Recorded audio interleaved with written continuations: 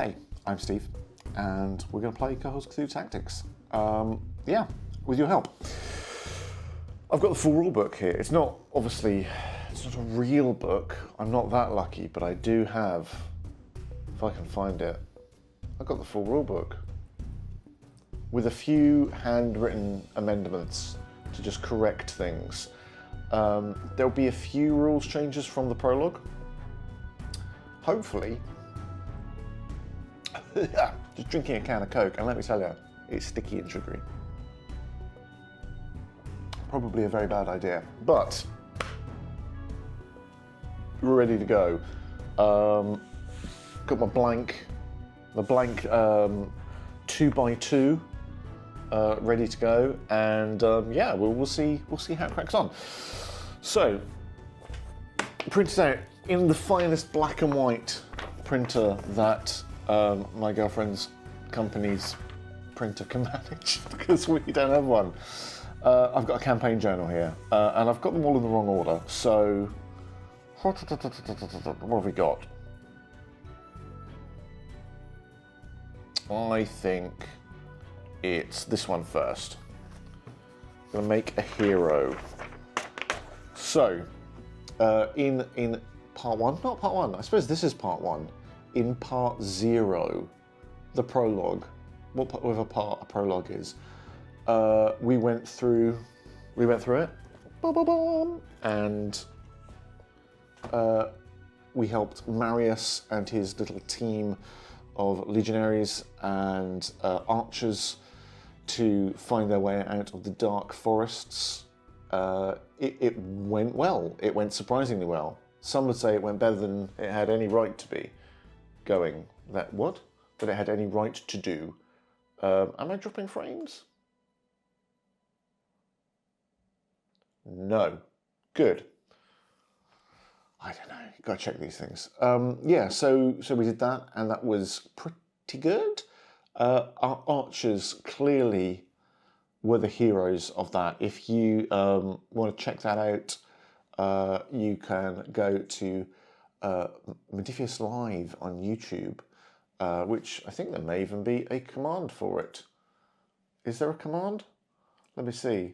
Modiphius Live. There might be. There is. Look at that. There's a command in chat. I'm doing it. I'm streaming. But yeah, go check that out. You can see like how the prologue took us through some of the start of the game and how we sort of learned a few things. Now the training wheels are thoroughly off, and it is time to do the whole thing. So, because I'm not hearing anything to the contrary, what we said we were going to do was we thought it might be fun to take our the fact that our archers did so well and assume one of them is our new hero. To that end, I present you with our hero. Let me do long arms. That's too long. I can't reach that far. But can I do this? Oh, there you go. Look at that. I'll do the other one instead. Boop. Check that out. There you go. That is our archer hero, painted by our very own aunt Modiphius, and obviously that's our hero now. We have a hero. We're gonna be an archer, I think. We've also got. He also painted. I should do this in one go, really. He also painted this cool druid as well. I don't know if you can see that. I'm very worried I'm going to drop it, but there we go. There's a druid as well. So maybe if we want a companion, or maybe our archer just perishes really fast, would be bad. Not entirely without precedent. So we'll see. Yeah. So I think that goes there. That goes there. Excellent. I'm ready. Enough. I may sneeze. I've been sneezing a lot today, so cover your ears if it looks like I'm about to. Let's just crack straight in. I've got here the book. Normally, when I do these, I kind of like sharing the book so you can see it and see what I'm doing. I'm not going to this time just because it's not 100% final. And I'm feeling paranoid today. I'm worried that it's going to bite me in the bum. So we're not going to do that. So, pencil in hand. We're gonna dive in. Now, the first thing we're going to do is create our hero. Now, all heroes start with the same baseline ratings. And then as we create them, as we level them up and learn things in the battlefield, we'll get more. Drinking a fizzy pop was a really bad idea just before the start of this. So let's note these down. Our combat is 6+. So we've got to roll a 6 or more to score a hit there. Our ranged attack is 6+, and that's the same, but for obviously ranged combat. Grit is 5+. We're a bit tough, a bit grizzled. Magic is 6+. There we go. We get attacks 2. Oh dear. The sinuses are playing up. God, this is what you have had. Open the window all afternoon. That pesky pollen gets in. Attack 2. Oh. I broke my pencil. Oh no. This isn't going well, is it? My sinuses are broken. My pencils are broken. I'm just going to get another pencil. Because this one, rubbish. Rubbish. Just over here.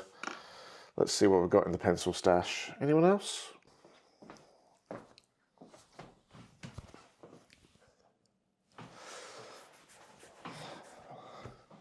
We're getting there. We're getting there. Don't start streaming the day you develop your hay fever. It's not great.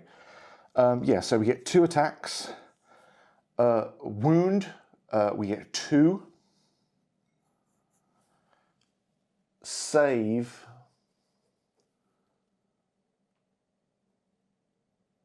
Save is to be decided. Tokens, it says here, 1. And our range, which is our movement, is 4 inches. So there we go. We've got a fairly kind of generic, heroic type of person. Archetypes. Each hero must have at least 1 archetype. So archetypes are basically the kind of hero you are.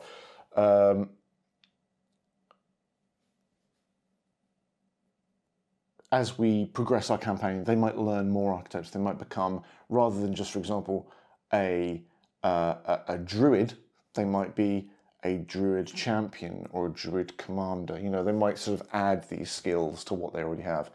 So, yeah, we have to pick one of these, and we're making our hero what's called our protagonist. So we are going to just pick one, but we can end up with a maximum of 3 of these. So we can choose for a champion, so like from a gladiator to like a barbaric warrior, a commander, which is like having a sharp mind, shrewd tactics, and which is the name of the game, literally. A druid. I don't know why I'm saying that so strange. So ancient lore, wield the wrath of nature itself against the outer gods. There you go. An eldritch caster, which is like using. It's you know, we've gone to the dark side there. We'll be using the powers of the mythos against them. and archer. Now this is where I feel we're sitting. We're probably going to sit there with our archer. A Roman priest, which is more of, you know, your traditional kind of priest, I guess.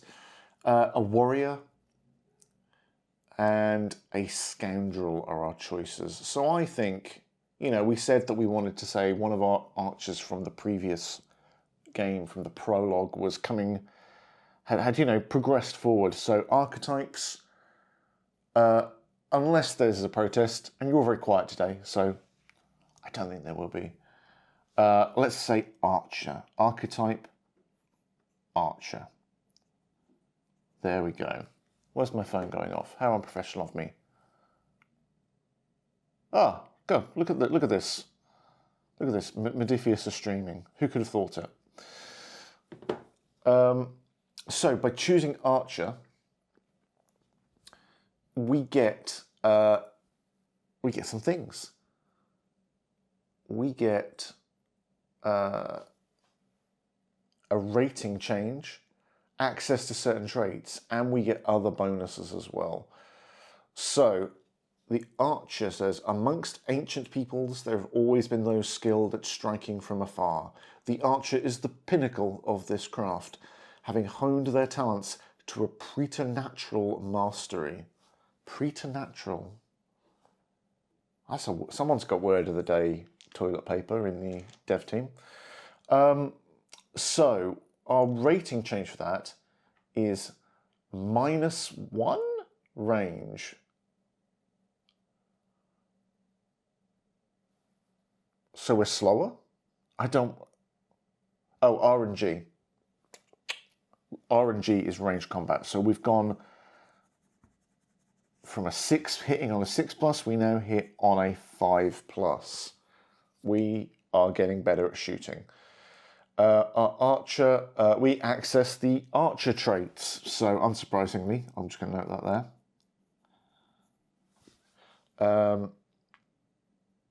It's not the smartest thing I've ever done, writing in grey pencil on a black and white printout, but hey, we'll try our best. Now, other bonuses, we get bow. That's good, isn't it? Bow. A unit with this ranged weapon can make loose actions at a target within 16 inches. Excellent. So we'll say bow. 16-inch range. There we go. So, there we go. We've done the first step there. Our third step is origins. Each hero unit has one origin. When creating a hero unit first time, select an origin from those below. And this is the only time we can do this. Unsurprisingly, you can't get a second origin halfway through your mission. That would be strange. So, it gives us some equipment and traits. So our origin. Now, the first one on the list seems the obvious one. The first origin is we were an auxiliary archer. The most skilled with the bow amongst the Roman auxiliary are organised into units of archers. Heavily trained, they specialise in shooting volleys over the heads of the legionaries to soften up foes before the heavy infantry sweep in to crush them. So that would give us things like aim shot, close order, traits like disciplined volley and overhead shot, which is what we were using with our archers in the last game. It would give us an armor save of 6+ because we get some Lorica Hamata. Latin pronunciation not gotten any better in the last week. But yeah, so, I mean, it sounds like it's the sensible option. Is it? Who knows? I don't. I really should stop drinking this Coke. Otherwise, this mic is just going to pick up all my let's face it, burping. We could be auxiliary infantry, the idea that we came from the infantry. But, you know, unless there's something else which gives us like the kind of the ranged stuff that we wanted, it feels a little bit, you know, we definitely wanted to have that. So I'm going to say our origin, where is it? Up here. Origin is auxiliary archer. There we go. We used to be an archer. So we've got a bow again. So we've got 2 bows, I guess. I'm going to put that times 2. We're going to back up. Just in case someone takes our bow. We've got a spatha, which is a hand weapon. And we've also got lorica hamara, which is armor. I'll write that down as well.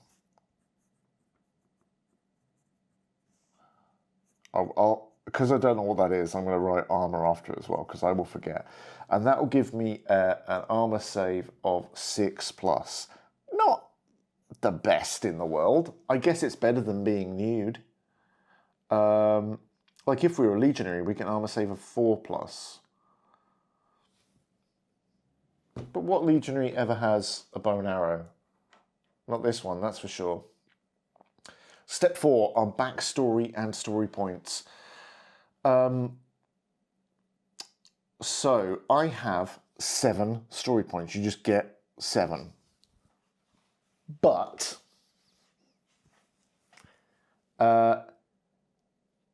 if you completed the prologue booklet, gain 2 additional story points. Woo! It worked. It worked. We played the game, team. Where's my story points? Doesn't say. Anyway, I'll just put them down here. I'll go 1, 2, 3, 4, 5, 6, 7, 8, 9. 3 story points. Love it. Okay, we can spend these to customize our protagonist with spells, training, and traits, as detailed on the following pages. Yeah.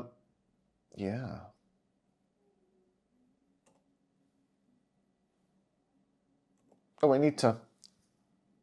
We have aimed shot. I forgot to add down my traits for my my origin.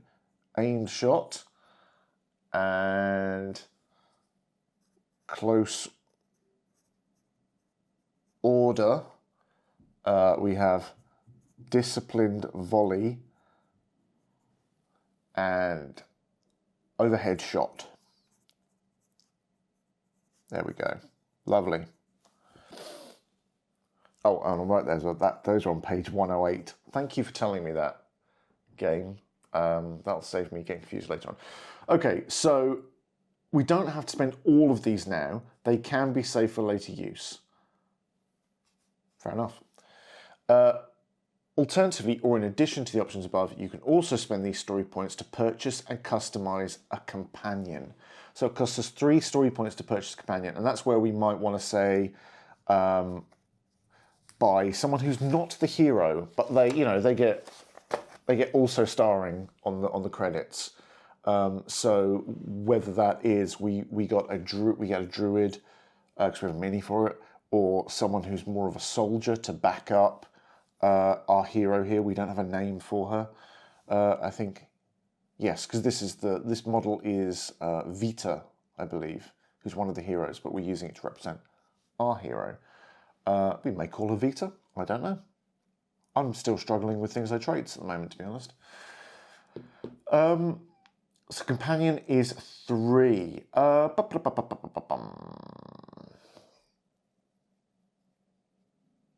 Okay.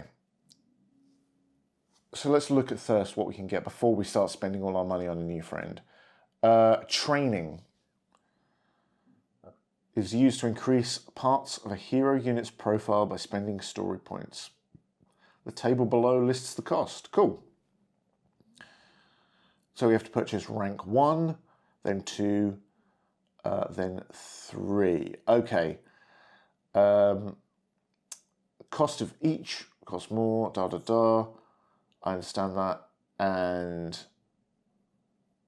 so basically we can spend 2 story points to increase our combat, range, grit, or magic, or our command range, +2. So I guess it depends how much do we want to turn this person into just like a hardcore archer who can, you know, single out things John Wick style. That might be quite good. Or a interesting. So I think we definitely want to increase our stats of some kind. We can also increase our attack and our wounds, so we can make ourselves tougher or hit harder with 3 story points. And we can also increase our amount of command tokens. Ooh, interesting.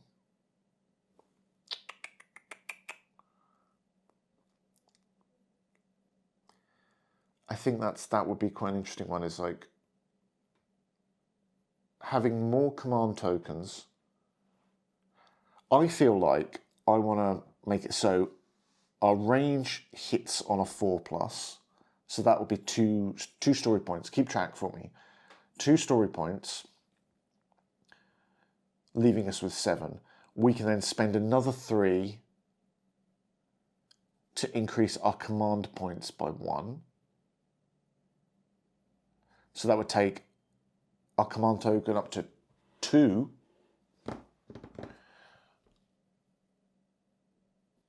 And that leaves us with 4.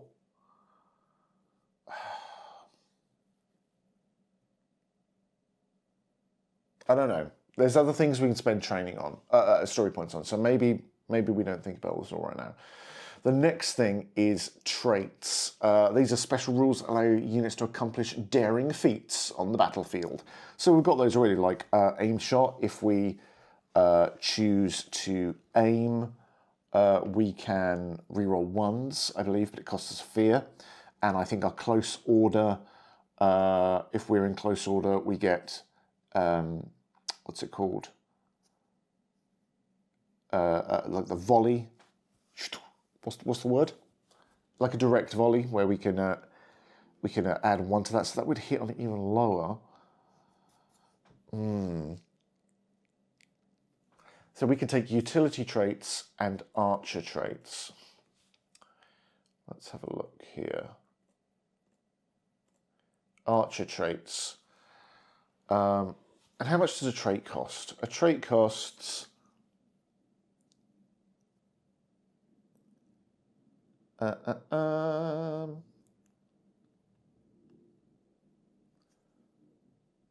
story point cost. Okay, so some of these, they all have individual costs. So we could be accurate. Barrage. Ooh. I like the idea of barrage, because that means if we're further than 10 inches away, we don't decrease the value of our ranged attack. And it does cost 3 story points. That's expensive. That is expensive.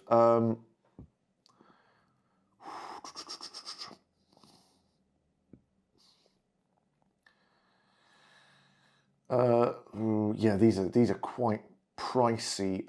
Volley adds a die. Ooh, that's not bad. That's only 1 story point. A roving shot. Once per round when performing a loose action, this hero may move up to 4 inches before or after. Okay. Quick shot.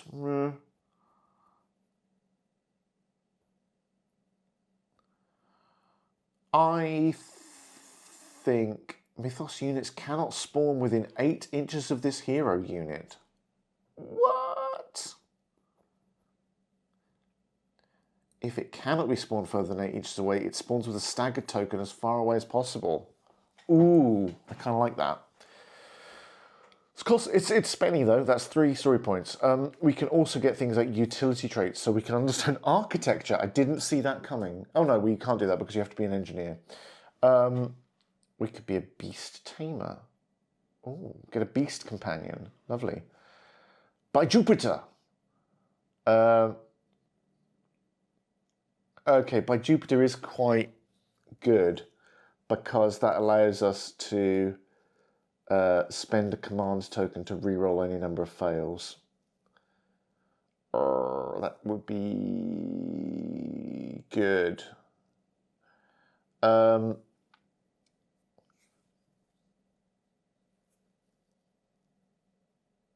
We can make people calmer. We can just be like, hey, guys, chill. It's okay. Dual wielder. I say.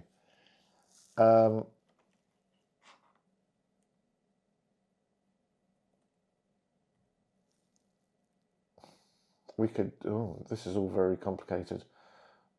Field surgery. Oh, but we'd have to be a medicus. What does medicus mean? Once per round, re-roll a fail during a save check rolled by this hero or a unit soldier this hero has combined with.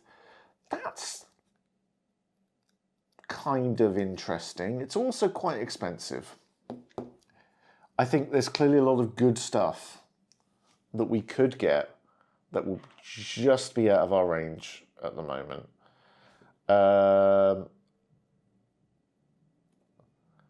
Thief, a woodsman. Oh no, we can't be that. We're not a Germanic native.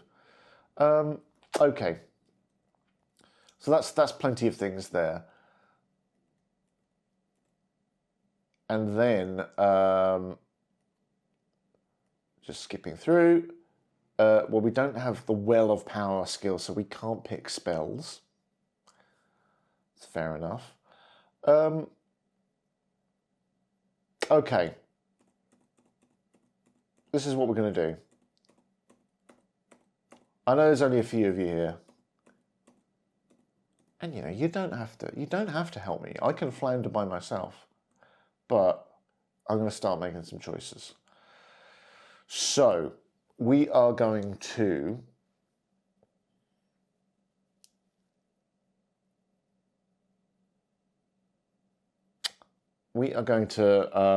spend 2 of our story points on reducing our ranged attack even further. We're going to make this hero a sniper. Sniperus. I don't know if that's... It's not Latin, is it? Never mind. We are also going to... Now, 3 story points to get another command token. Or 3 to get another attack. Let's be really brutal. So 1, 2, 3. We've got an attack now of 3, which is 3 dice. So that's pretty toasty. I like to think that, you know, they've got just like really big.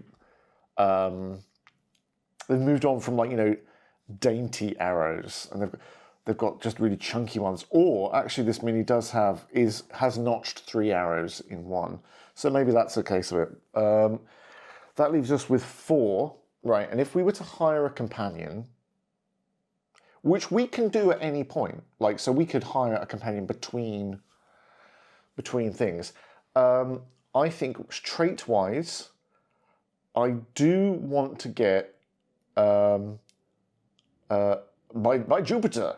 Where is it? Where's it gone? Because, man, that was a good one in the prologue. By Jupiter, active. It is a command ability, and it costs 1 story point. Wait, what?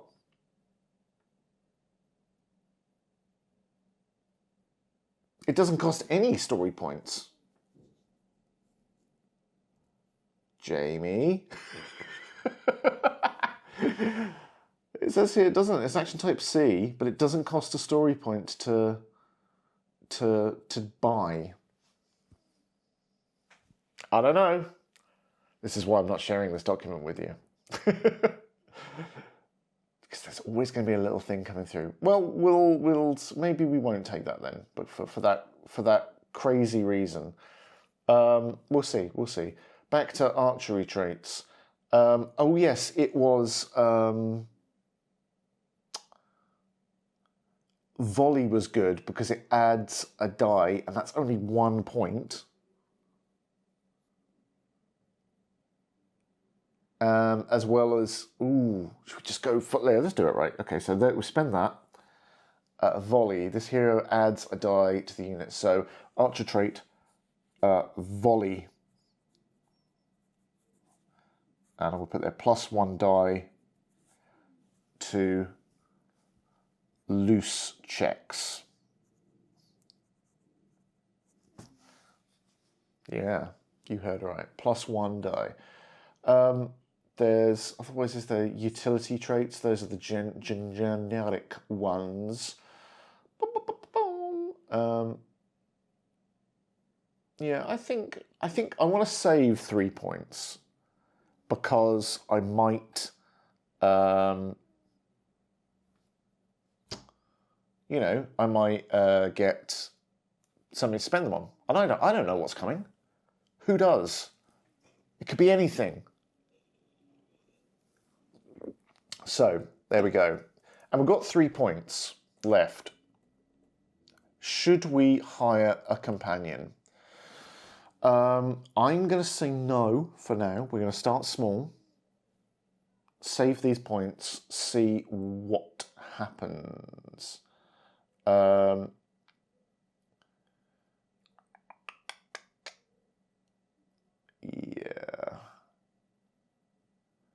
So that seems all right. Okay. We've now got to skipping through spells. We haven't got any spells. We all we know is shooting and looking good. So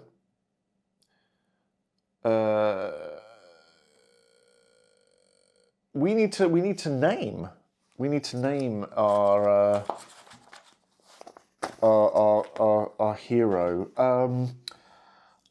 I did say Sniperus, but I don't know if I like that.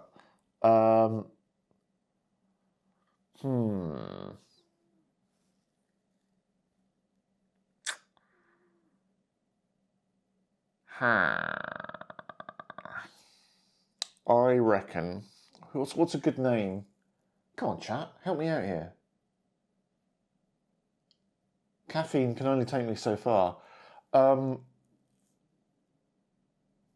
Yeah, I think we need a name. We need a name for our archer. How about? I mean, we could just go for Vita. Vita is the name of kind of one of them. It's not this hero. Oh, I don't know. Naming things is hard. Let's look up a name generator. That will save our skins. Roman name generator. Old Roman character name generator. Brilliant. Generate names. Okay. First name means eagle. Ooh, I like that. Aquilina. That's not bad.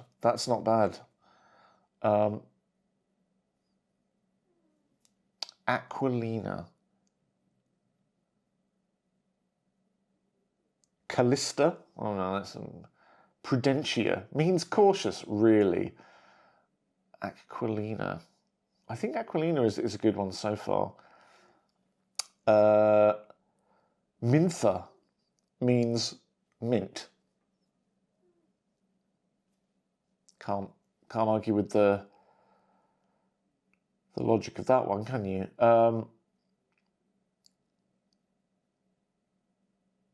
Atropus.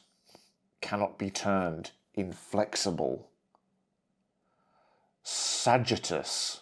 Oh, what does that mean? What does that mean, Mace Hand?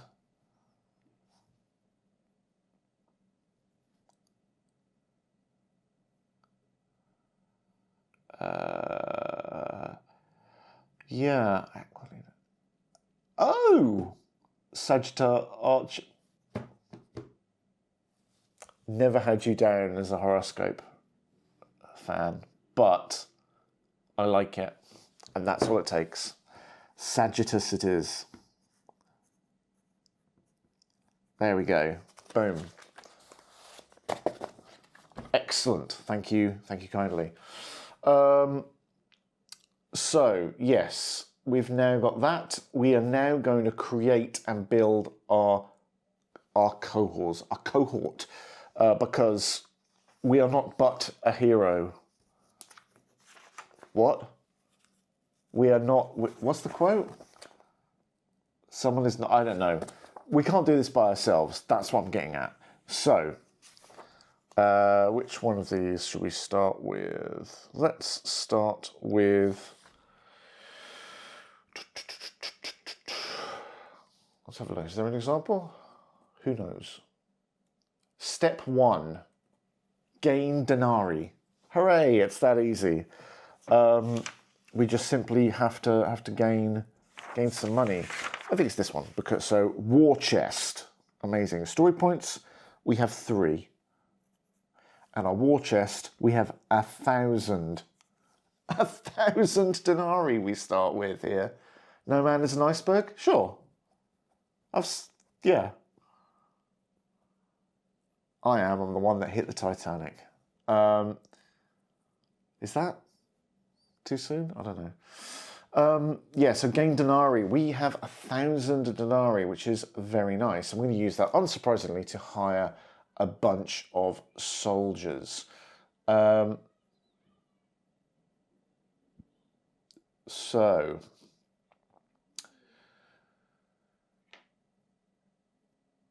The founding cost is the price in denarii for 3 models, and that forms a single unit. Must be founded before it can be recruited in. Okay, so founding costs and then recruiting. Oh my gosh, it's all of a sudden I'm a manager. I hate this. Later with the opportunity to recruit more units. However, any unit created during the campaign phase will also cost you story points. Okay, so. Right then, we need to hire things. Obviously, everyone has their own strengths and weaknesses, very true. So there's an example profile here. Very nice. Let's have a little look here. So during cohort creation, we can add from a limited list, but there might be more later as things get a bit wackier.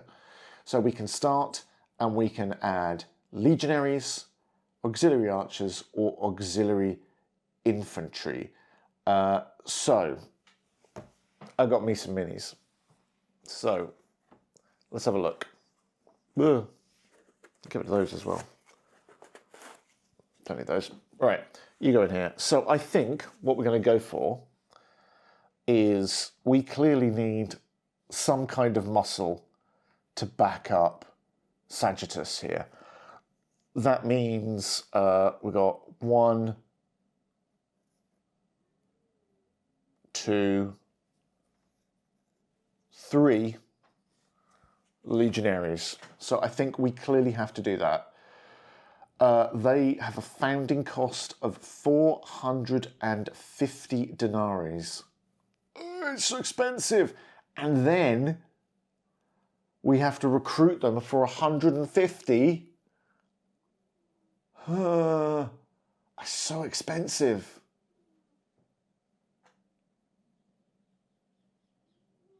I just want to check that because that's a lot of money. That's 600 of my money. I mean, we can't go on with just this guy. We can't just be an archer out there in the wild, so we're going to have to do it. But I just want to make sure I don't accidentally overpay. I've been known to do that.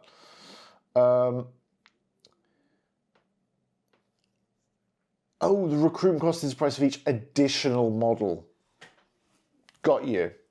So it's 450, And if we wanted to add a fourth to this and make a fourth, ooh, that's a bit tempting, isn't it? We could go for a fourth legionary, but let's save that at the moment. We've got 450, that's gone, which leaves us with 550 denarii in our war chest. It's not too bad, you know, the war chest's still quite good. Archers, do we want more archers to go with our archer hero? Yes, because I think she needs to be able to get in there, give them, and for their bonuses to work together. So, 1, that's a zombie. We're not recruiting that person. 2, hello?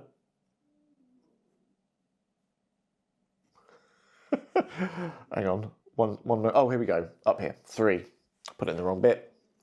Boop. There we go. So there's our 3 auxiliary archers. So that's another 375 gone. Whew. So that was 475. Leaves us with 175, doesn't it? 550 minus 375 is... Yes. Yes. Yeah, gosh. It's expensive going to war. Dearie me. But yeah, let's see how that goes. Yeah, hang on, I'm paranoid now. One more and you have yourself a Contubernium, 8 persons. Well, we clearly have to hire someone then, don't we? Should we hire another legionary or another archer? If we have another legionary, it's like 4 and 4. Is it Contubernium or Contubernium? I don't know. Yeah, I think so. What was it to hire a recruit, an extra one? 150. That leaves us with a grand total of 25 denarii in the bank. I need to break into my, 1 second, pull my other box of minis over. And here's, I mean, it's the same sculpt, but a bit different. So hang on, how did I assemble this one differently?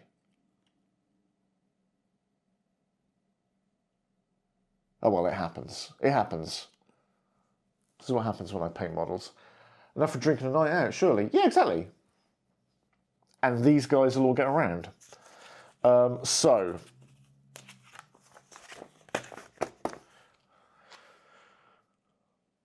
Let's see. Recording our cohort. Once you've made a decision which you wish to recruit and deduct their cost from your war chest, write down their ratings, equipment, and traits in the soldier unit section.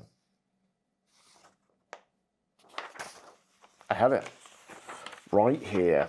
Here we go. So, wait, come on. Do we name each one of them? Surely not.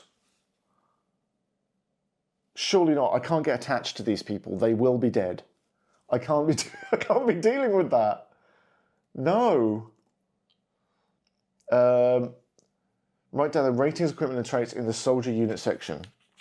Okay. I mean, we'll see, I guess. I don't think so. I think it's just a unit. So, strength of your cohorts. Okay, well, let's do this first. So, I've got to just now page down until I find the stats. Come on.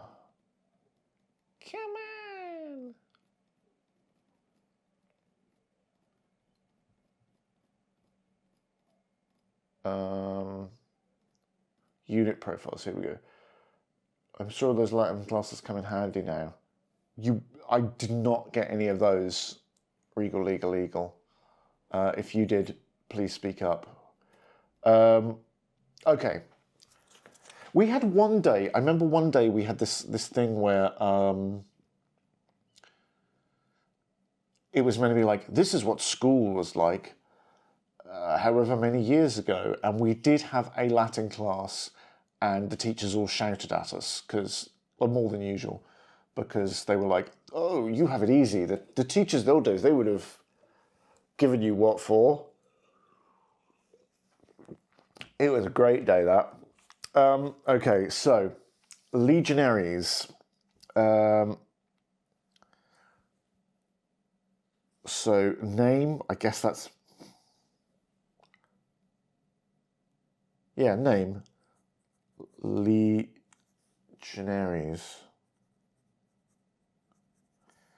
Unit size 4.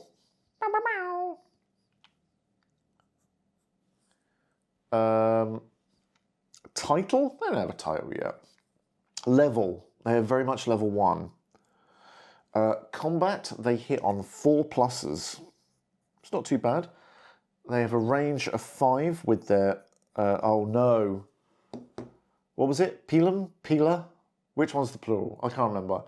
They have a grit of 5 plus. A magic of 6 plus. Attack of 1. Wounds of 1. Oh, only 1 wound. A save of 4 plus. That's not bad. Tokens, no. Range, that will be 4 inches because everyone goes 4 inches. Pilum, thank you. Thank you, Adolos.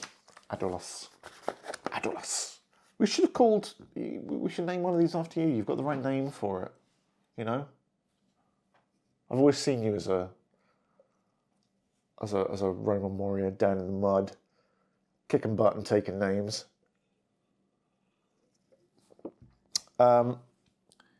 Equipment, they have a gladius. Excuse me. They have a pila. And that is... So per round, 8 inches. And they have some armor. Traits, all levels. They have close order traits. When this unit makes a counter-attack combat response, resolve this unit's melee check before the enemy unit's melee check. Remove enemy casualties before calculating the dice pool for the enemy unit. Hooray! That would be brilliant. Okay, so... Impulsum. And that is on... Because I'm going to need to look these up. That's on page 107. Rain of Spears. Ooh, that's nice. So Rain of Spears means when they make a unit, when they make a loose action as a unit, each success with their pilum is counted twice when determining if the target is staggered. So I'll put like count times 2 for stagger. I'll know what that'll mean. I won't. I'll forget that very quickly. Shield overlap. While this unit is in close order, you can reroll save checks that score a 1. Okay. This is good. These guys are going to save us. It's for sure. Decisive attack. When this unit makes a melee check, it may gain 1 fear before rolling to hit.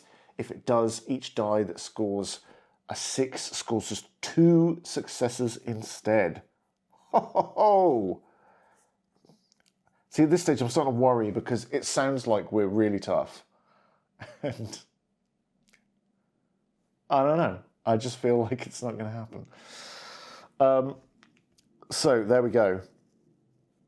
Then we've got our squad of 3 auxiliary archers. So level 1, they are auxiliary archers. There's a unit size of 3. They are level 1. They have a combat rating of 5+, a range of 5+. Grit of 5+. They are 5+ down the road. Tough, but not many of you. Yeah, tell me about it. We are gonna about it. Hey, Nya. I watched the first part on YouTube. Glad to witness this. Hey, what a great time to promote that. If anyone wants to watch this on YouTube, the re-upload happens on Wednesday, and you can find it if I can type. Oh, I don't think I can type. It's too hard. You can find us on Modiphius Live, which is where we put all of our sort of longer form stuff. So if it's like a one-off thing, or it's us just sitting around talking about stuff that's coming up, it'll probably be on our main channel. But if it's like a longer thing, and you want to just burn a few hours watching me struggle with minis, that's the place to go. Also, a ton of RPG stuff there as well. But yes, so anyway, where were we? So Tuskash up an hour late as ever. I don't even know who you are anymore, Squid. I don't know who you are anymore. I've been floundering. I haven't known any of the rules. No, it's fine. We're still just putting our team together, so it's fine. Currently doing our archers, who have a magic of 6+, an attack of 1, 1 wound, and a save of 6+. They don't get any tokens, but they have a range of 4. They get bows, which we know pretty much. That's going to be a 16-inch range.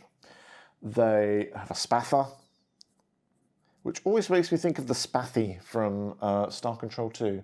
I'm not even sure I know who I am anymore. You're just a stranger. Stranger these days. And they have Lorica Hamata, which is armor. Yeah.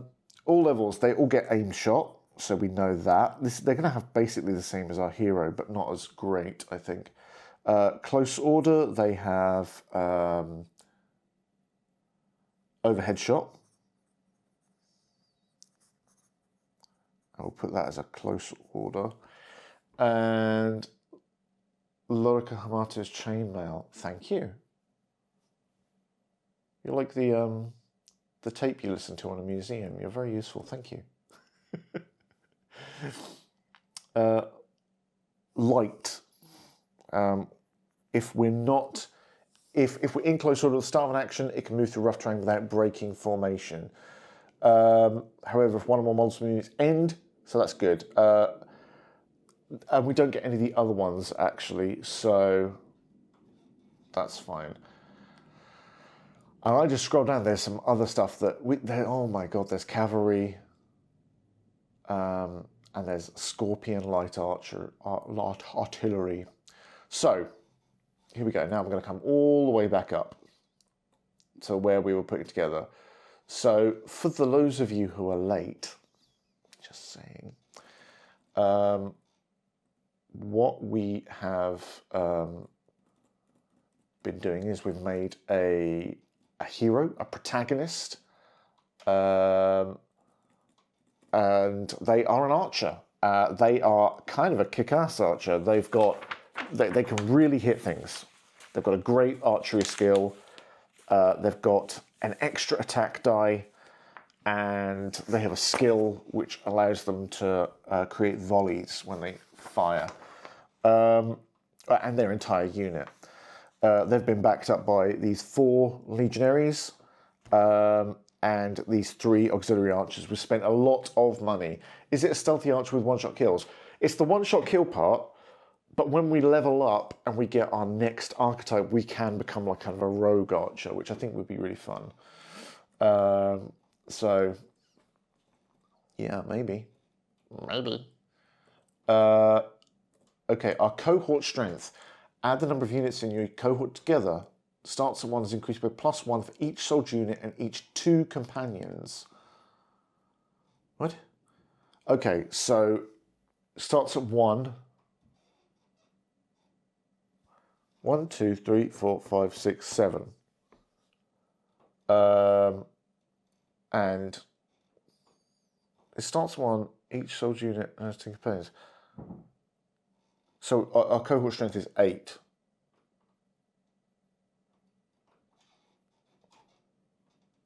Oh, the amount of units. 1, 2.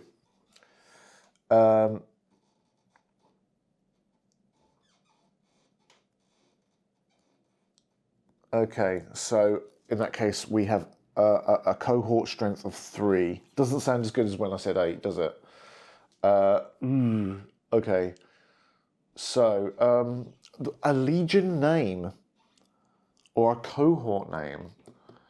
When founding a unit, it's perfectly acceptable to just label as Legionary Unit 1, Unit 2. Fair enough. We've kind of done that. We've got our Legionaries and we've got our Auxiliary Archers. That's fine. We haven't got a name for our cohort, but maybe that will come as part of our first adventure. The only thing I notice is my leader, my pro, doesn't have any command abilities. Where are my command abilities, hey? Game? Tell me. Tell me where my command abilities have gone. Oh, is volley a command ability? It could be. Let me have a quick look. I mean, if I've got them, I've just put them in the wrong place. So they're not gone. They're just we're just not crowing about them as hard as they could. It's passive ability. Adds 1 die. No, that's fine. I'm sure it's worked out. I'm sure I've done everything fine. Nothing could go wrong. Right. It's time for the team as I scroll through my almost final version of Cohors Cthulhu Tactics PDF. During the course of the campaign, we will develop the story of our protagonist. Yes.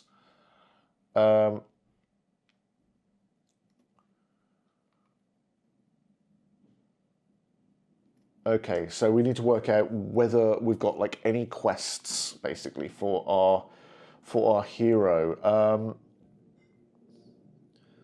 Each path along the hero's journey unlocks new traits that was not available. Ooh. As your campaign progresses, the narrative will start to emerge. Okay.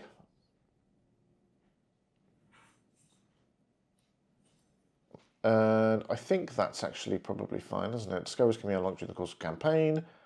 Yeah, okay, so paths. I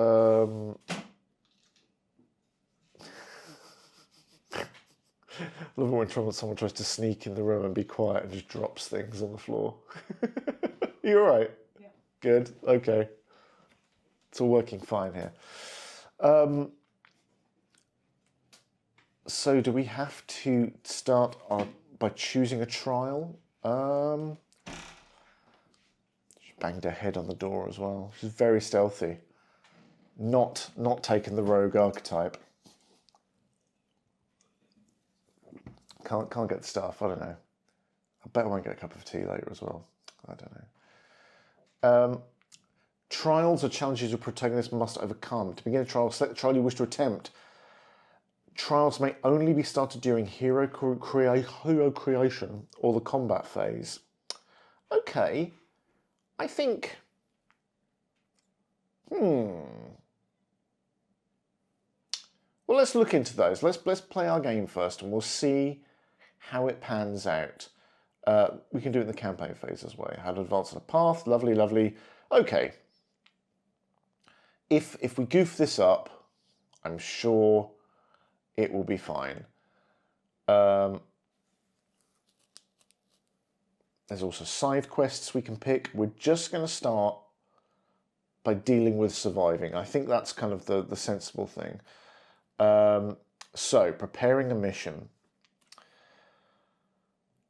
So, set up the battlefield first. I don't need to be asked twice. So, here we go. Let's clear our team off the board.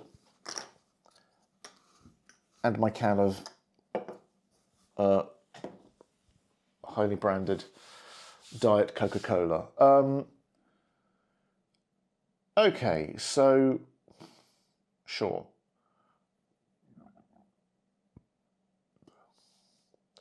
We'll have to place some terrain. We'll have to place a place of power.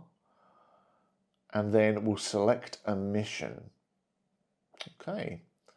Blood and souls from my lord, Augustus. Exactly. It's totally not someone else's thing. So yeah, let's have a bit of terrain. I've got a bag of hills. You may recognise these from last week. So I'll level with you. I meant to get some trees and stuff, but it slipped my mind earlier in the week. I had some stuff happening, and it slipped my mind. So I thought, well, what I'll do then? I've got time. I live in London town, one of the biggest cities in citydom, and I can pop into town, and I can just buy some scenery, can't I? So the 4-day tube strike kind of paid to that. So I couldn't in the end. So no trees, I'm sorry. But, you know, we'll carry on as we were. It worked fine. So we've got our little hills, but they're more like rough terrain. So I think let's have like something across the middle, like kind of that. There. And maybe we have like two bits. There we go, like that. I don't know if that's good or not. We'll find out. We've also got some rocks. Let's bang some rocks down. Ba-ba-ba-bam. And I think we'll do like we did last time. You know, big rocks, impassable. Little rocks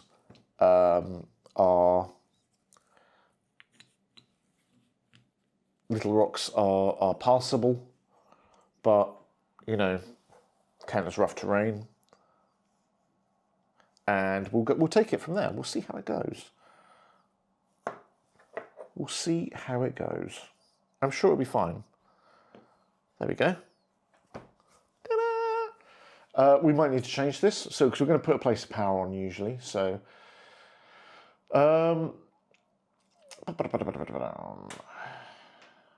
place of power. Each mission takes place near a place of power. So we'll see what the mission says, because that'll tell me what I want to put down. But it will have a magic die, so we'll just remind ourselves with that. Okie dokie. Select your mission. Unlike other setup elements, the mission is not decided randomly. Either you are starting a brand new campaign, we are, and are kicking off with your first mission, The Hard Road. Excellent. The Hard Road. Okay, excellent. It suggests that we have a road. I don't have a road. So what we could do is we could indicate a road with some rocks and some of these hills. But as it does say, the road doesn't actually affect the game beyond making it look more immersive. So I'm just going to break all your immersion. I'm sorry about that. And there's some ruins. Okay, ruins it is. Let's have a little look in the box for some ruins. We've got one there and one here. That looks good. There you go. Oh, I've got my little rotating dial as well. I'll put that up there. So, to set up your first mission, clear a surface mode. Yes, da da da da.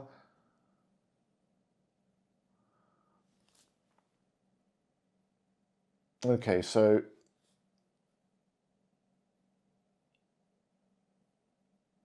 okay, the rules of placing plate. Oh, I've got to go back to page 67. Come on. Pace of power. place of power. Setting up a place of power. Proximity. Measurement of how close the place of power can place to parts of the battlefield. Proximity of 12 inches. Interesting. Within proximity of the Mythos deployment zone. Okay. So it has to be within 12 inches of the enemy's deployment zone, but not within 12 inches of mine. And mine is over here. I think I have 4-inch. Yeah, I barely anything. So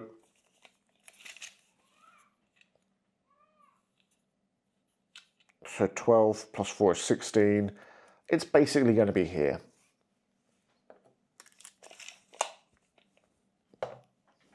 Let's have a switch to, there you go. There we go. So it can sort of basically go here. And we'll sort of tack them together like that. I think that's quite nice. There we go. Seems all right.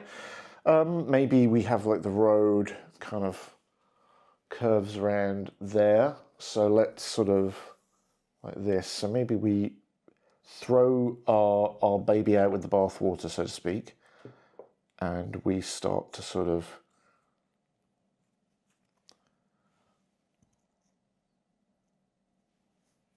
like kind of indicate a road.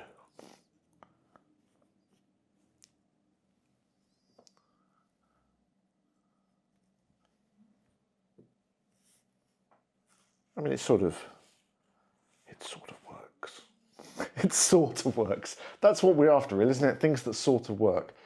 So yeah, like there's a kind of like a road kind of element coming through. I've got a rock here. Free rock. Excellent. Let's put you there.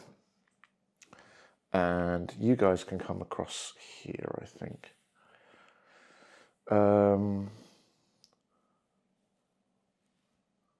There, like that. That seems fair enough. Does that look like a road? Am I deluding myself? Does it look like a road? It doesn't look like a road at all, does it? Look, there's clearly a road coming through here. Well, I can see it. I don't know about any of you. You all lack imagination, clearly. It's pathy. It's a pass. Pathy. Yeah. It indicates a trail. It's not. To be fair, even if I had gone to town, I wouldn't have bought a road because there's no need. So there it is. There's our place of power with one magic. Brilliant. Back to the setup. Place an amount of spawn tokens. No one's laid paved road. Yeah, exactly. This is why it's ruins. If this was a road, this would be like a kind of, it'd be like a pub. Place an amount of spawn tokens next to the battlefield equal to your cohort strength. Our cohort strength is 3. So spawn tokens.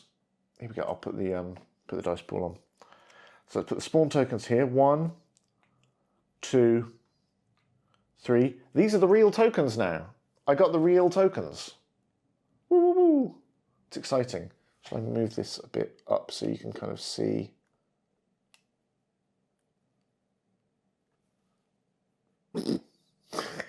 It's no better, no worse. That's fine. So there we go. 3 spawn tokens.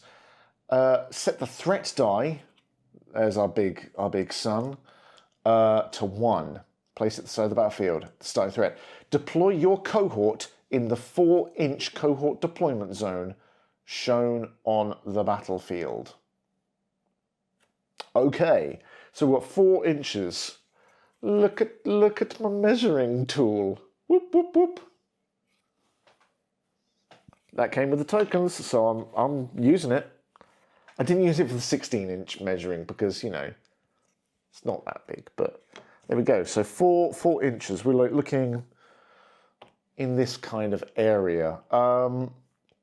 So what's our objective? Are we allowed to know? Yeah. What are we going to have to do? Complete our game either by being defeated, retreating, withdrawing, or securing the field. Okay. Kill everything is basically our goal. Sure. That sounds like a great plan. Oh, there's a story. Oh, crap. Here we go then.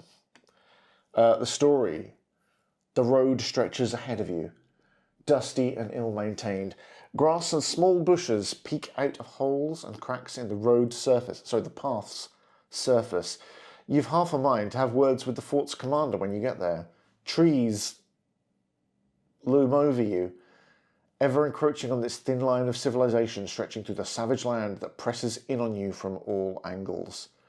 Maybe 8, maybe 10 miles to go. The last milestone seems a long time ago. Ahead, beside the road, something catches your eye. A ruin of some sort. Stones are piled atop each other in a way that nature nor happenstance could ever hope to mimic. A member of your cohort calls out and points, "Look over there!" There is movement among the ruins. In the fading light of late afternoon, amidst the shadows cast by the crumbling walls, you see a robed figure. The stranger gesticulates, and your blood runs cold as baleful green light begins to spill out from the ruins. I'm having too much fun, sorry. The shadows beneath the trees seem to darken and the hair on the back of your neck rises. It's a trap. An ambush! Okay, right. Okie dokie. So, your victory condition is to move... Oh, hang on. Our victory condition is to move our protagonist within 2 inches of the opposite side of the board. If you choose this, you may unlock a new path you are choosing on the hero's journey, without spending a story point in the campaign phase. In an attempt to stop you during the upcoming battle, okay, Mythos units will prioritise the protagonist. Right. Okay, so we've just got to get through. And what we have to do is, spawning next to this, fortunately, I painted one of these. Where are you, sir? Not in this one. Here he is. Good old Tentacle Man from our 5 Parsecs game is back. Next to the ruin, place a Priest of Mormo. So we'll place him like in the middle. That's more fun, isn't it? There you go. He's in the middle. There he is, right there.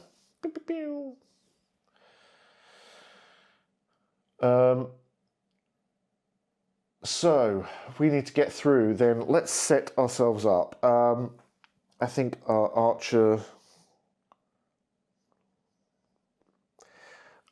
can like maybe. I guess the thing is like this road, such as it is, right?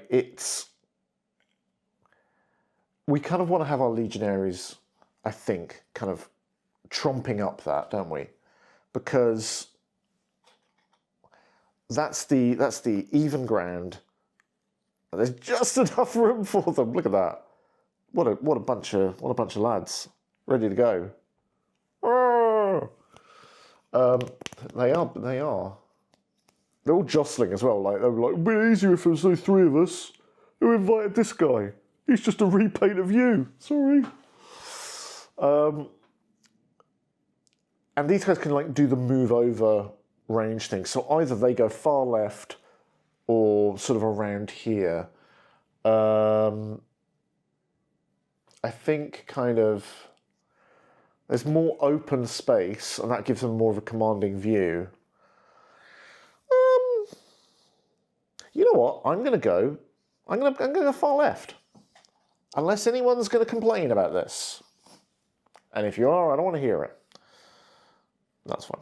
You can complain if you want. Oh, hang on. This is not how close order works, is it? Close order is the second one will go behind them. They go in up to rows of 3. So he'll be like that. So and archers will do the same. So they sort of lead from the front. So because if you had 5, they'd be like that. and then 6, obviously 3 and 3. So there we go. So there's our team of archers. Oh, they've crept the line a bit. That'll get me in trouble. But there we go. So we've got Sagittus, what's she called? Our protagonist up there at the front with the team. And yeah, she's got, what's her command range? Her command range is, I can't remember. We'll work it out when it needs to happen. It'll be fine. It'll be fine. Okay, so we're kind of ready to go. Let's see what happens then. Each mission has opportunities for extra story points if you are able to complete extra objectives. In this mission, you can gain 1 story point if the Priest of Mormo is eliminated, and 1 story point if the ruin is either explored or destroyed before you withdraw or secure the field. Whew. It sounds tough. It sounds tough. Okay. So, we're ready to go. Anyone got any last minute requests? Smoke them if you got them. We're off. Okay. They've got 1 command token, actually, haven't they? So there we go. 1 command token. I don't know if I can use it. I don't know if I've got anything I can use it on, but we'll see. We'll see. We'll see. Yeah? So now we can just follow through in the core rulebook, see if there's any changes from the prologue. So, action phase. This is our turn, straight away. Activate a friendly unit. Cool. Okay, so just like in the prologue, we choose who we are going to activate. I think kind of we probably want to... What's our range here? It's... They are in... Ooh, I could move them up into range. Could move them up in a range. Or should we move the Legion? Let's move the Legionaries up. Let's move. We're activating the Legionary. Activate! Oh, and they've all got a fear of 1 as well. I should remember to do that. So, yeah, let's... There we go with their fear die. Let's have a little look. So, we are now going to spawn enemy units. Cool. So the current threat level is 1. We're going to roll 2d6 and add to that. So it's 1 plus 7. So that takes us to 8. A first choice is a horde. Okay.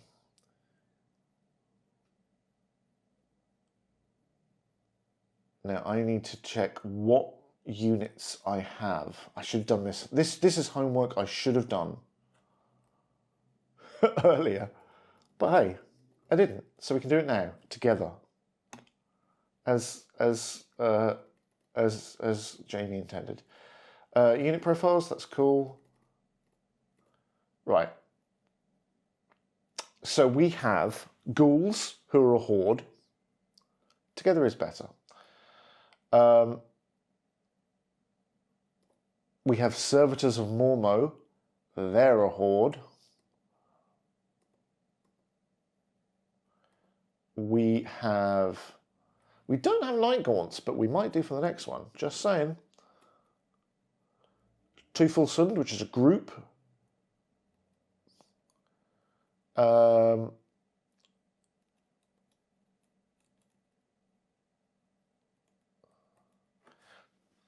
And yeah, I think that's... We've got a Chosen. Don't want him. He was big and scary. Okay. So we need to put these together into some kind of list. Where's my list? Horde, group, creature.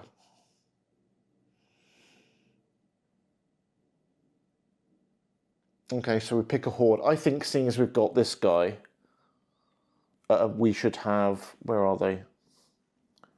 Friends? Here they are. We should have the old tentacle dudes. Group, we've got the Teufelsund for that. We've only got 2 of them though. That might be a problem, but we'll see. Creature, I have 1 creature, which is the Chosen. Uh-oh. So we'll see. We'll see how this goes. Hello?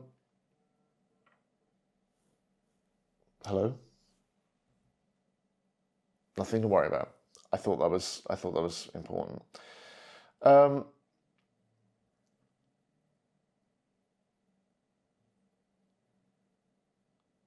Okay. Oh, actually, yeah, it's fine. So we need to choose a horde. So I think we are, yeah. We're going to choose the...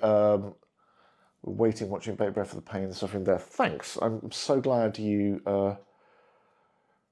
you believe in me. Now, spawn location. We know how this works. So this is 1 die for the direction. So being like we've got here, we've got our 1, 2, 3, 4, 5, 6. So we are going to say 1 for direction and 2 for distance plus 4, I believe, is what we do. Yeah. So here we go. 5 on this way. Whoop. They're already on the table, probably in the right place. And they are at 7 plus 4 is 13. So it says here, place a single model that many inches away from the middle of the active unit. Right here. There he goes. Whoa. It's coming in this way. The die pit of the camera is a bit out of focus. Is it? Oh, it's a bit, isn't it? Look at that. Can you... How's your autofocusing skills, Mr. Camera? Not great. One moment. Thank you for the heads up. Let me try something. As in, turn off autofocus.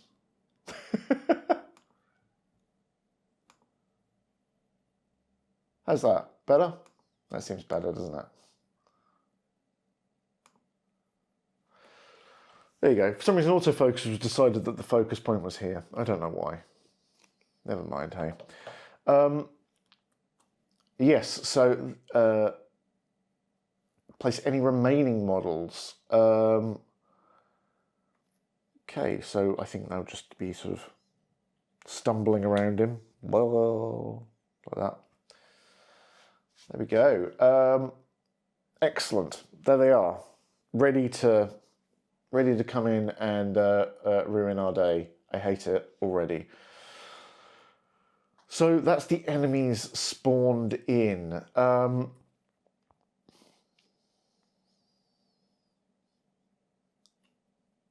we get to do our unit actions. So I think we can move, attack, or as it says here, do a number of other things. Much more vague. So we've got 2 actions, and obviously we can move, we can charge, we can loose our arrows, or we could do something else like a spell or invoke something. We can also disrupt. That's a player thing, only we can do. Hero and sword units do not have to take all their actions, but a Mythos unit must always take theirs. So either we close in and try and do something, or we hold the fort here. I feel like I kind of want to close in a bit more. We are solely trying to get across here. That is our main goal. And solely trying to get across here and everything else is kind of secondary. Getting out of here in one piece is really our thing. So let's see if we can maintain close order. We're going to come up here. Just about tuck in there. Can we? Oh, I don't know. Well, we're not going to go the full distance then. I'm going to stop like half an inch behind. So there we go. And are they in? They're not in range to do anything. Do we just move them again? It could be a thing, or we choose not to.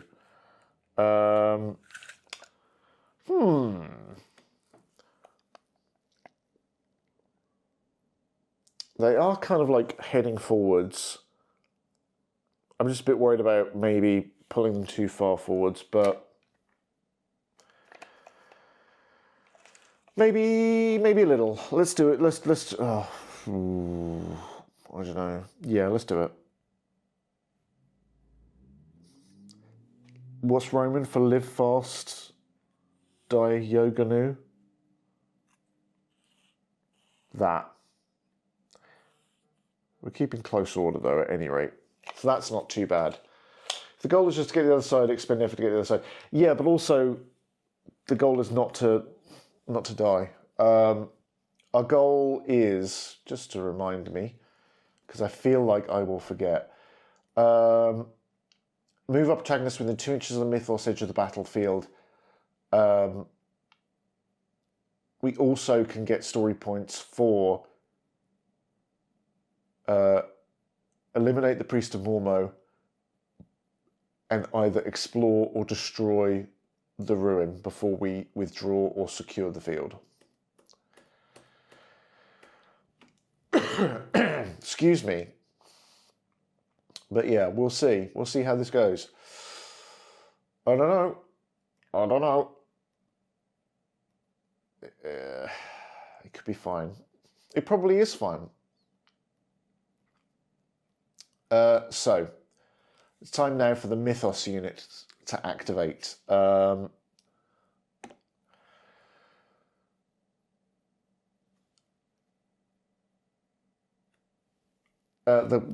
Mythos priority is over here, is Sagittus, Vivas Velocitor. I don't even, I'm assuming you Googled that, otherwise I still take my hat off to you, but if you Googled that, if you didn't Google that, I take a very big hat. Did a Mythos unit spawn during activation? Yes, these guys over here, so they are going to activate. First thing they do is remove a stagger token if they've got one. They don't. Does it have a special action it has not already used this turn? It performs it. Ooh. Let's have a little look at the unit. I should really show you this, but I just, because it's got a lot of corrections on it at the moment. Not a lot. That sounds wrong. It's not got a lot of corrections, but it has got corrections on it, and I just don't want to. There is a new one incoming. So maybe next time. Maybe next time. Live fast, die young, leave a good-looking corpse. Oh, wow. Google prefers ecclesiastical Latin. I prefer Cicercian, actually. Yes, I think you'll find. No, good on you. Well done. Okay, do they have any special traits? None. None. These guys are brilliant. I love it. So they're just going to come on in. The first thing they will do is paging up through their document. That's what they're going to do. They're going to page up. Faster set Furios. You've just been quiet, Akarai, and you just come in and drop that bombshell. Nice. Okay, make an attack action to the prime target. Family. The primary target, it can't do any of those. It can't make an attack against the closest enemy. It can move action to within 8 inches of the primary target. No, it can't. action to move within 8 inches of a primary target. No, can't do that either. So it literally moves towards the nearest enemy, which is these guys. So they are going to just... I've got a little tool, come on. They're just going to do this, aren't they? Like, over here. Whoa! Here they come. Here they come. Prime target and priority target. Which one is Sagittus? Is she the prime or the priority? I just need to check that.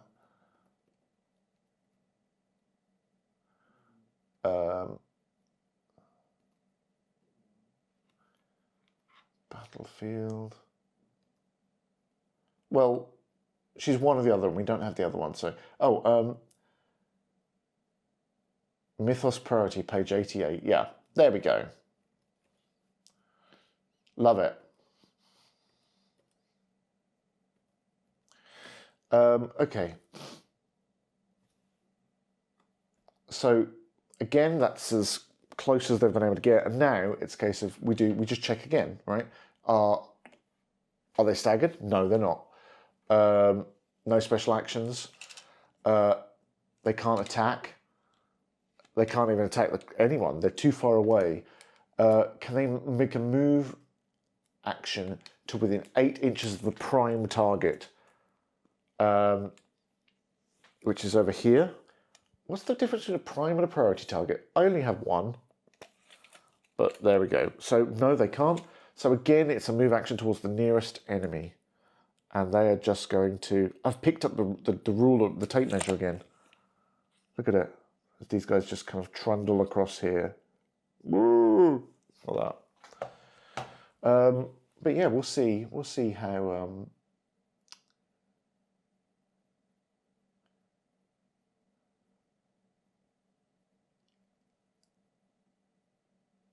Okay, any units that are within 8 inches of an objective are priority targets. Okay. The target priority that is closest to an objective is the prime target. I understand now. What is the deal? I don't know. We're working it out. We're learning together. So it's the objective, but we've been told that the Mythos priority is our team member. What are they called? Our protagonist. Got to think like Tenet. The protagonist. God, that film confused me. What's the difference? yes, sir. We've got this, don't worry. So now we are going to activate our archery team. Oh, and someone spawned. I'm all over the place. Let's have caffeine. That'll help, won't it?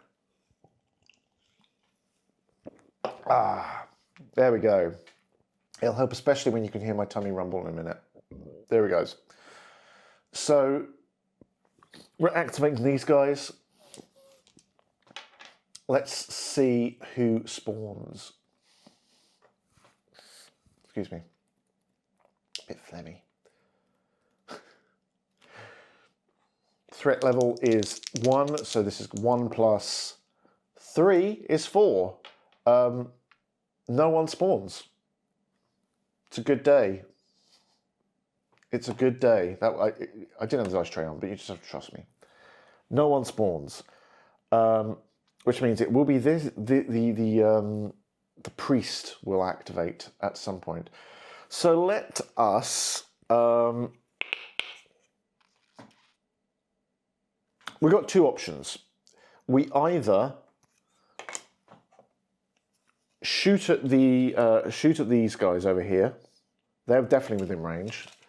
Or these guys are definitely in range. Or we move up and take a shot at the Priest of Mormo. I feel like the Priest of Mormo... What's the health count? Everyone has 1 wound apart from our leader, who has 3 wounds. So they can take 3 hits. These guys are 1 wound. They can take 1 hit each. The the Priest of Mormo. Oh, the ruins have a wound of 4, so they are quite tough as well. The Priest of Mormo. Let's have a look. Where are you, Mormo Priest? You're on my list somewhere.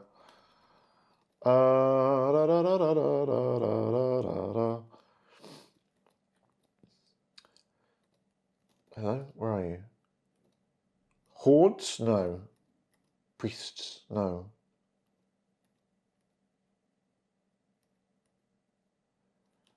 Priest of Mormo. Oh, they've got 3 wounds. Oh, they'll be quite tough, won't they? What?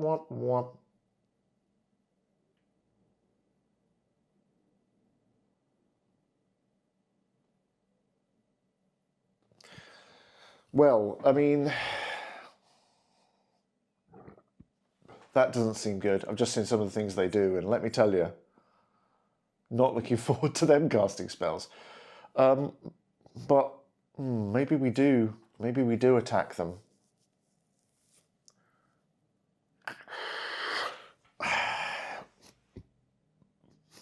Let's step up. Take the threat. Take the challenge. So 4 inch. Oops, sorry, fellas. 4 inches forward. Let's bring our team back a bit there. There we go. And you can come up there. There are our. Oops, you're not even facing the right way, mate. Those are our archers. They're still in a close order. That's 1. And there's their fear. A fear of 1. That's their. They're in, and now they are within 16 inches, which is their. In fact, all of them are brilliant. Within 16 inches of the Priest of Mormo. Now they've got some good stuff going on. So, Sagittus, our hero.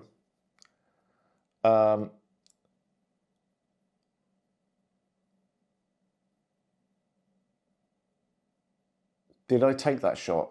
I don't think I took that. Oh, no, I didn't take that trait. Would have been really good. That would have been, wouldn't have reduced there. Oh, no. Oh, no. Mate, no. That's not good, is it? All right. So, well, we're going to do it anyway. We're going to do it anyway, and we're going to succeed, because that's how we roll in this particular Legionnaire outfit. Now, Sagittus has 3 dice, because she has 3 attacks. That's amazing. And there's 1 for all of the others. So we're doing pretty good here, right? Sagittus is hitting on 4 pluses, down to 5 because of the range. And the others are hitting on 5 pluses, down to 6 because of the range. We are in close order. So, I can't remember what disc volley is. I have to look this up, sorry. I have to look up what... what's it called? Disc volley. I wrote it down. I wrote it as a disc volley because I thought, I'll know what that means. I don't know what that means. Never mind. It was such a good plan as well. Such a good plan.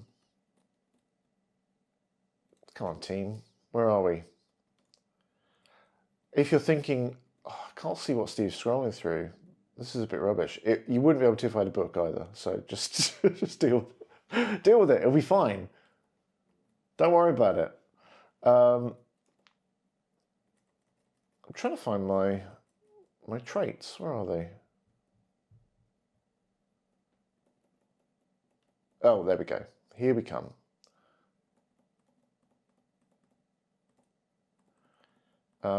We are looking for my archery. Discipline volley. I even wrote on this. It's on page 108. I didn't remember. What a chump. I take it back. You are missing things. You're missing me being an idiot.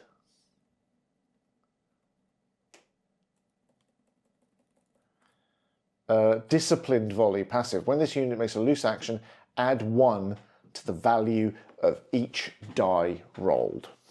Excellent. So these all count 1 higher. That's excellent. Plus volley, +1 to loose orders, which is for, I can make that one. Thanks, Mia. Thank you. But yeah, so we've got it's fair to say, a poop ton of dice here. And I'm down for this. So we are looking for 5s on the white dice and the 5s for white dice and the green die, because those are Sagittus's die, and 6s on all the others. But we get to add 1 to all of these anyway. Let's see how it goes. Is the dice... Put the dice cam on. For the first big roll of the game. Come on. Okay, so that's a 6. This is a 5. That's a hit. That's a hit. Those are the only hits. Those are the only hits. But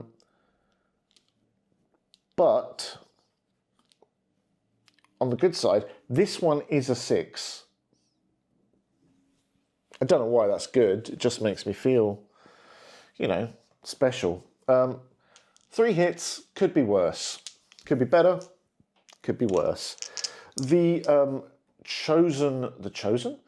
priest, I should say, of Mormo, they have a save of 5+. So they're looking for 5s.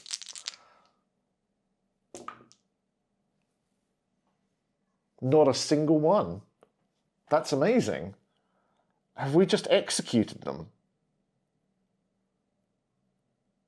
I think we've just headshot them.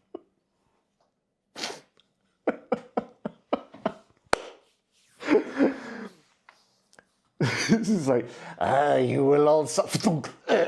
He's gone. Are you sure you're playing this game with you? I know, Squid, it's not like me, is it? I mean, it is a sharpshooter. We did try and make them a sharpshooter. And we rolled a lot of dice, and they didn't save any of them. So, I'm just going to say, you know, that's good. That's good, I guess.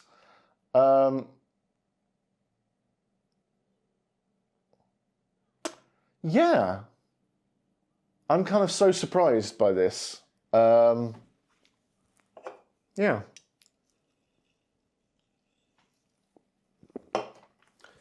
I feel like we need to give them a dramatic death or something.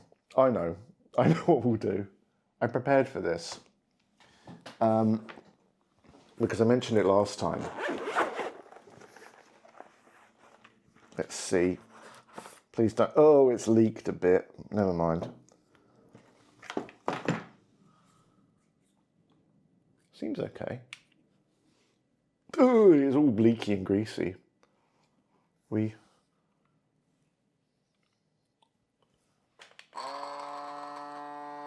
Go on in. There we go. We've evaporated him.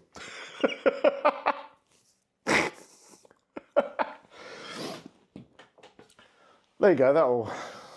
Oh, man.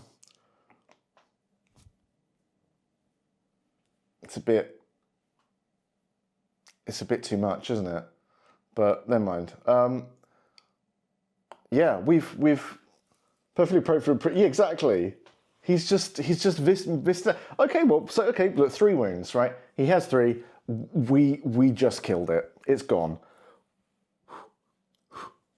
This is quite fun, and it smells strangely of vanilla. Delicious. But yeah, so he's gone. We just killed the priest of Mormo.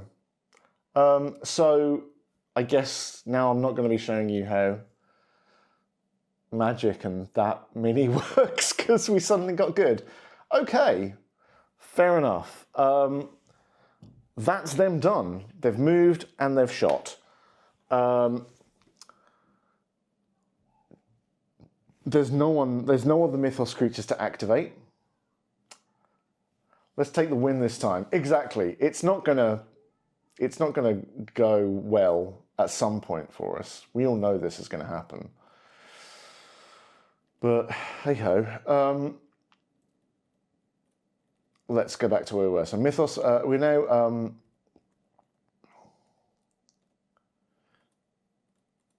that's how we're done. So the Mythos unit actions, there's no one to happen. After a Mythos unit completes an action, we're not reacting with anything. Do not begin the Mythos phase until all... It's really sticky. It's quite fun, but it's really sticky. Until all of the Mythos units in play units have been activated. So now, panic checks. Every soldier within 4 inches at least one Mythos unit makes a panic check. So that is these guys. The legionaries are going to make a panic check. So the number of Mythos units, 1.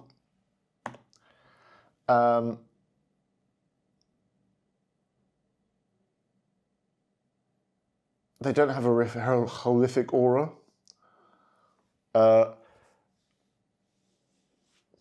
If a Mythos unit applying horrific aura contains at least twice the number of models as the soldier unit, it contributes 2 dice. If the soldier unit is in close order, remove 1 die.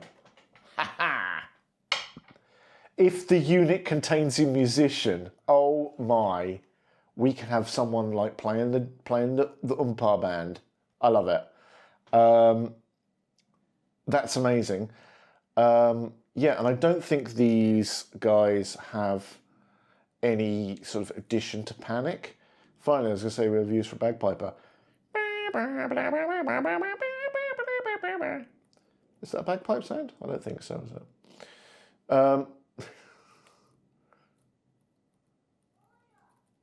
My neighbours are joining in. They heard me bagpiping. Got to have fighting music. Exactly. I mean, I was about to say with bagpipes and I'm going to get fighting music, but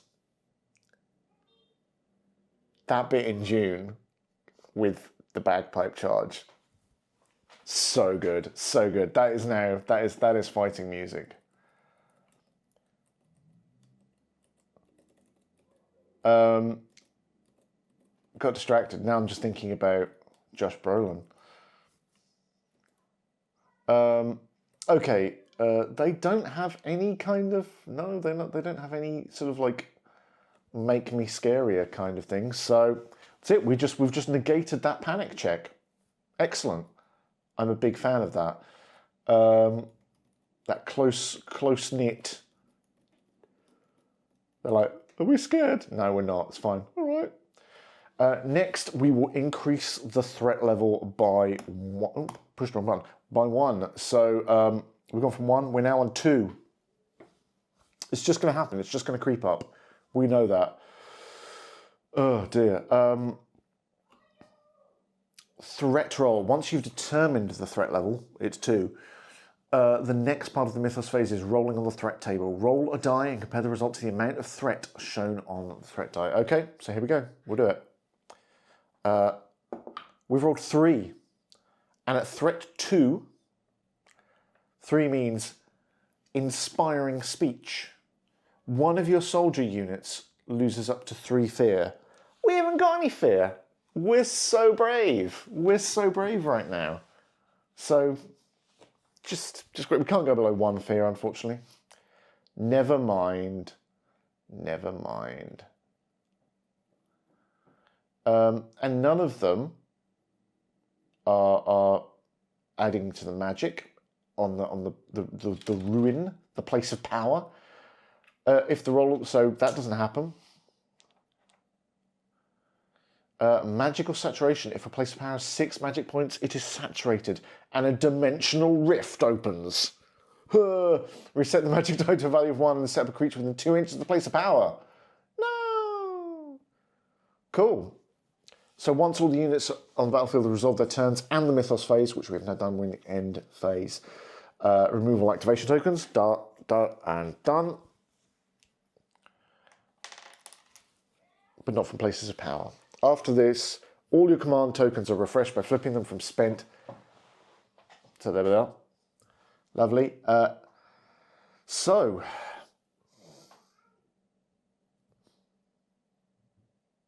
if your objective is complete, there are no Mythos units in play, and there are no active spawns. And the spawn. Oh, that's how we'd secure the field. Got you. So now we're back. We're back to the start. Let us. Well, we've got a story point because we eliminated the guy. So I'm going to just place one of these objective markers over here to remind me that that's a story point. If we were to deface this down or attack it, we could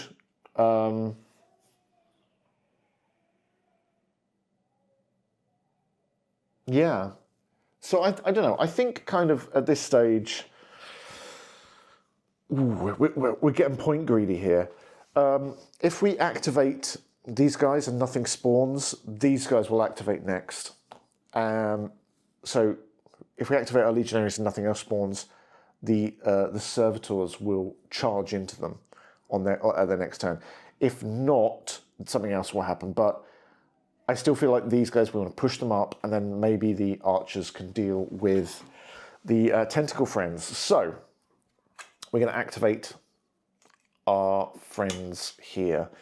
Does something spawn? Let's find out. We roll 2 dice and add to the threat, which is 2 now. So that's 10, 12. We need a group. A group. What have I got that's a group? You hear me hammering the page down button.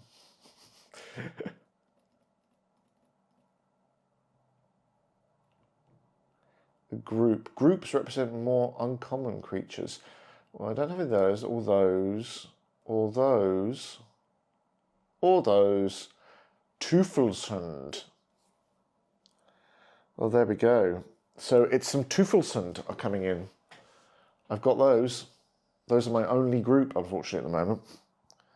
So let's see where they come in. These guys, so direction and distance. I'm humming bagpipe music now. It's your fault, Chris, 40k. 5, again, it's hard that way. 7 plus 4 is 11. So that would be right here.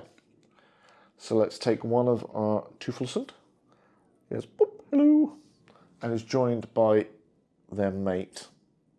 There they are.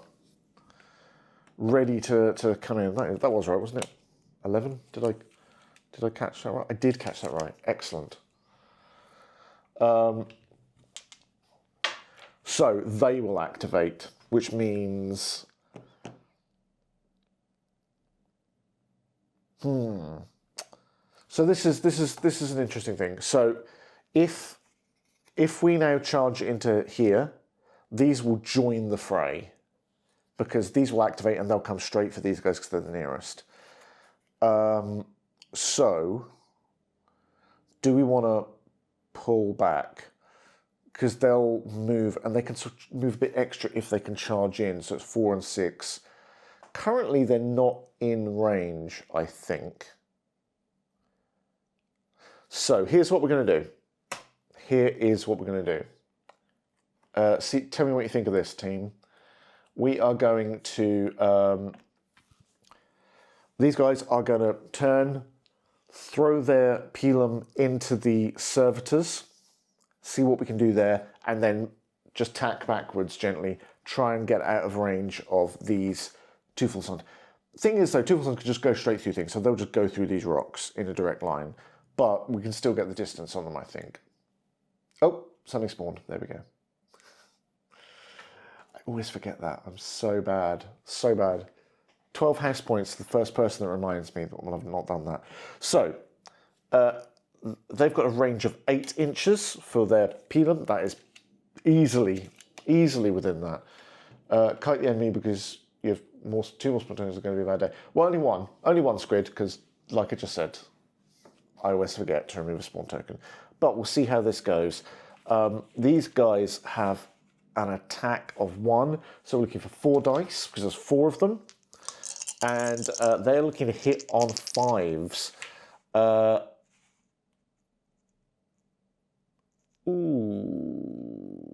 They Rain of Spears. Rain of Spears. What does that do? Every success counts twice for the purposes of staggering. So if we hit and we kill more than half of them, it's going to be good. It's going to be good. 5 pluses. Here we go.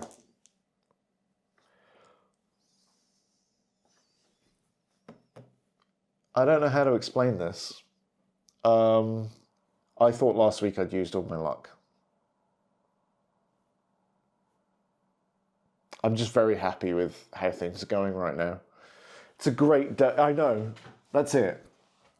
I'm going to get run over tomorrow. I can tell it now. Sure. So there we go. That's 3 successes. They don't have like the size attack doesn't count on these. Time for Iskai. Exactly.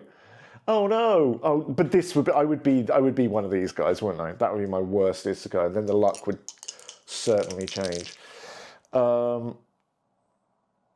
So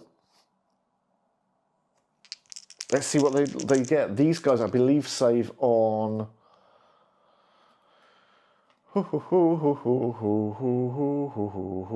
What did they save on? They save on 5+. They didn't save any. They didn't save any.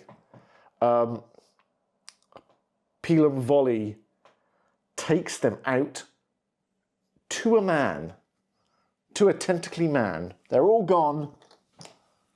Love it. That's good. That is good. By destroying them, we would have reduced fear, but we don't get that because we're at 0 fear. Well, we're at 1 fear. Glory! Let's move up. Let's move up and try and get close to this kind of... Not close enough to put us in range, so I'm trying to give it a wide berth. But let's come up, maintaining our close order. And, yeah, we'll see how that goes. This is going suspiciously well, if you ask me. I don't know if I trust this. So, yep, they've moved up. They are now within, I think they're within 2 inches. One of them is within 2 inches. So I don't know if they could do stuff with that next turn, but we'll look into it. Now we're up to activation. Did they spawn this turn? Yes, they did. Here they are. So let's spawn. Let's look at these Teufelshund. Now they make save checks harder. And they can, if they do a charge, it can move to 6 inches rather than 4 inches. So we'll just see how this goes. So 4 inches, they come up to here. And still within, these guys are the priority targets. But 6 inches, they're not within it. So they will go 4. And they can't end in scenery. Hubris before the fall. I know. Yeah, I am being set up for a bad time. They would either have to split. So this is one of these good examples where they can't end up in these rocks. These 2 rocks are, they're just too big. This one is rough terrain, so they could end up on there, but they wouldn't split and go either side. We're not going for a 7-10 split. So they're either going to go one side or the other. And I have to decide what is best for Mendacius. And Mendacius is the enemy AI, effectively.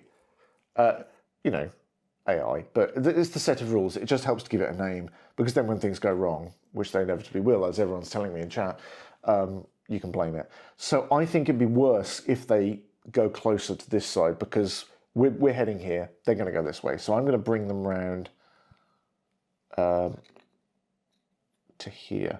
And look, he actually can come out of the rock. Like that. As these guys come around. So there we go. They've kind of like come through this rock a bit and no-clipped through to the side. They are now activated, as are our legionaries, which we did. It's now time for the auxiliary archers. They're going to come in, see what they can do. Let's see if they activate anything, spawn anything. That is 3 + 2 is 5. We might not have a spawn. It's very... Would we not have a spawn on a 5? We definitely have one on a 6, I know that. Let's have a look. Just scrolling. 3 to 5 is... A 3 to 5 is no spawn. That's incredible. Maybe we are the stealth archer. Maybe we're just like, doo, doo, doo, doo, doo, doo, doo. No one knows. So, who can tell? Who can tell? The situation we find ourselves in is, so nothing spawns. That's fine.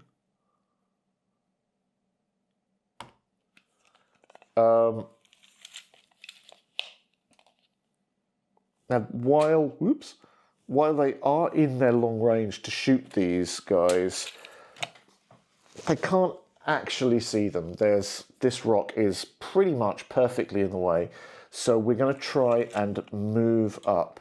I like that they're hugging this side. It means, I mean, nothing spawned for them. Every time they have tried to spawn something, it hasn't happened. But if they were to, then nothing can spawn this side. It will always come this side, and hopefully we'll let our legionaries protect us. So let us move. Come on, I can use the doodah for this. Let's move them up here. Our leader comes up with them. Sagittus. I'm warming to that name. Atlas. I'm warming to it. But yeah, so they've moved up. That is 4. Could they then shoot them? No, they still don't actually have line of sight on that. Could we shoot the ruin? Can we do that? Because there was a thing, rather than us reducing this down, we could destroy it. And I quite like the sound of that. So let's just have a little look at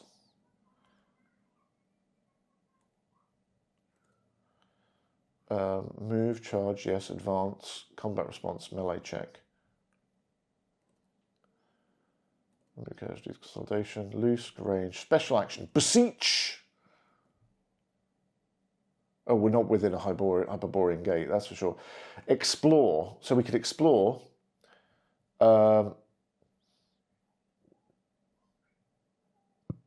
Definitely within 2 inches.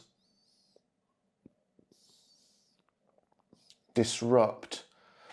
Okay, disrupting is when you deface things and try and like go against your magic value. Explore. Oh. We can explore it. We can explore it and get some stuff. Well, come on, let's do this. Let's pull it in. So we can come up to the edge, I think, of this terrain here. Because we don't want to cross into it, we want to maintain close order. But there we go. So this is now our situation. We've got, our archers are definitely coming up the flank, covering the legionaries very nicely. Everyone's holding it together pretty well. These guys are going to get a commendation for their good use of the pilum. There are some Teufelsund coming in. That's a problem for the next round. Speaking of which, let's do the end phase. So I'm just going to check with the end phase again because so the mythos phase. So panic checks. These guys are within 4 inches. Yes, they are. But we know that you get 1 for the unit, and then that would be reduced by 1 because these guys are in close order, and they're like, we're tough, right? But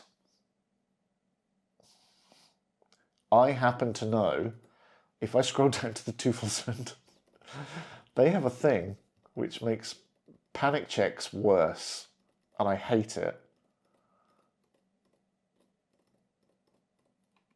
Where are you, Teufelsund? I just saw you go past. So, oh, no, they don't.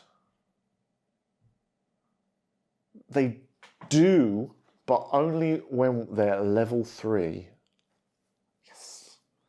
So currently, save checks caused by this unit use grit rather than save. Yeah. Oh, and they're not intangible yet. So they would have gone around the edge of that, but that's fine. They got away with it. I'll move them back just a touch to reflect that. This is the thing, because the prologue bundles a lot of this together, and it's hard to sometimes remember different things. But, which actually, I mean, it doesn't matter anyway. The panic check doesn't happen. Almost doubly so, as someone once said. So, let's have a little look here. Panic check's done. Increase the threat level. Downside, we are now at threat level 3. Not desperate about that, but 3. There we go. Let's now roll a die and see what happens. Threat level 3. A number 4. That is a trap is sprung. The mythos unit closest to a player unit makes an action, which is these Teufelsund. They'll make an action, and +1 points to all magic dice. So the place of power is now at 2. And these Teufelsund get a free action. Now we know that they can charge in as a 6, which means they can basically come around here like this.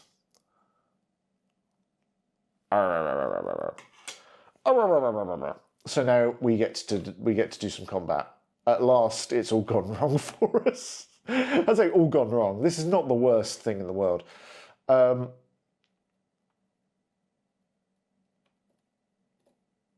So let's just double check how this works. When you charge into something, now, if you charge into the front of it, and you're in close order, you don't lose close order. But they've kind of have they had to cross the line? It's hard to say. It could be that they've crossed the line. Because if you imagine, I'll show you. If I this, if that's the front line of our unit. Is that working? Is that tilt it? There you go. If that's the front line of our unit there, I think they are coming in at the side because this one can get in at the edge, and it was natural to it. So we'll see. Yeah. Let's see how this goes. Let's see how it goes. I just want to double check how.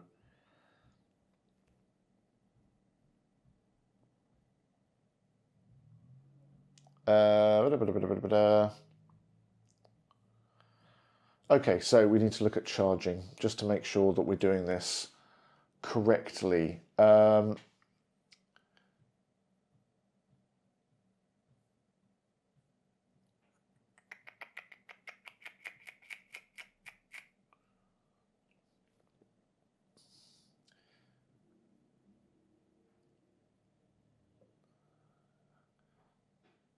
Okay, close order of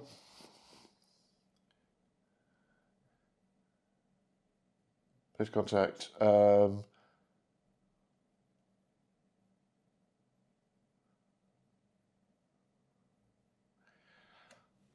Sorry, I just have to read this because my brain just suddenly dropped off the deep end.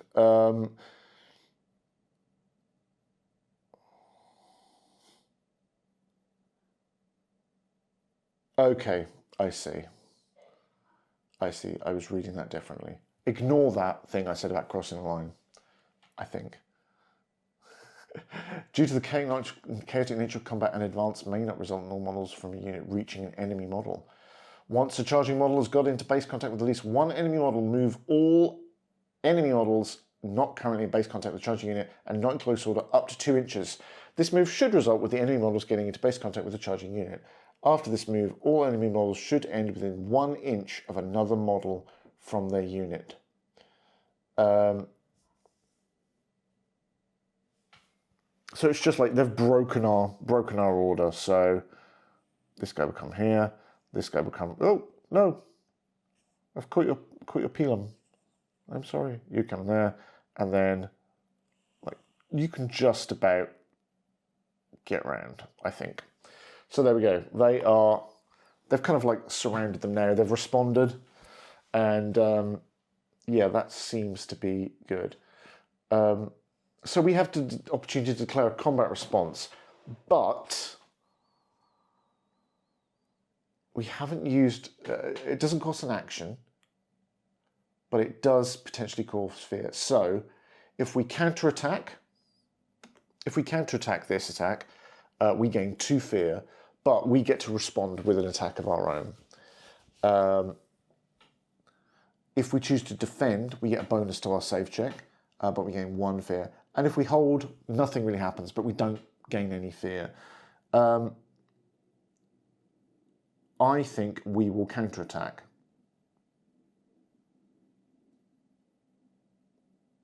I think we take this on those, we're like, okay, straight away, 3 fear. Let's do it. So we're going to get attack back to these guys.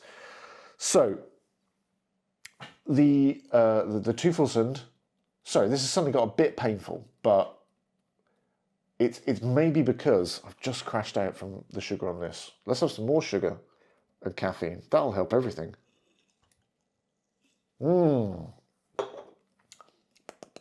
Delicious and vegetable extracty.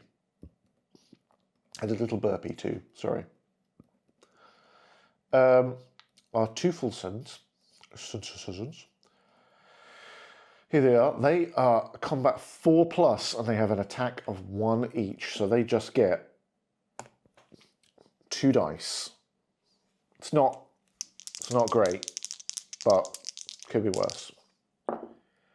That's 1 success, and we have to save with our grit rather than our save, because they have the drain ability. They attack our will to fight. The legionaries have a grit of 5, so we've got to roll 1 die and hope we get a 5+. No. Nope. We've lost someone. The first casualty has happened, and I think we'll get rid of this guy, but he's not out yet because their counterattack still kicks in. So we get to attack back in their place, and they have an attack of 4 dice, I should say, 1 each, and they're not in close order, otherwise their shield overview would work. That's a bit annoying. No, it wouldn't, because that was the other way around. We are looking for 4+. Let's see what we can do. That's 3. Oh, mercy. What have we got here? The Teufelsund are saving on 5s. So that's 1. So 2 wounds get through, which means we kill only one of them because they have 2 wounds each, and it's the furthest one away, which would be this guy. So yes, unfortunately, we've lost someone, which isn't great. I'm worried now that he's gone forever. He cost me 175 denarii. That's not cheap, and that was literally the guy we bought. That was the chap. Oh well, easy come, easy go. Now, how we now work out who won that particular tussle comes down to how many miniatures were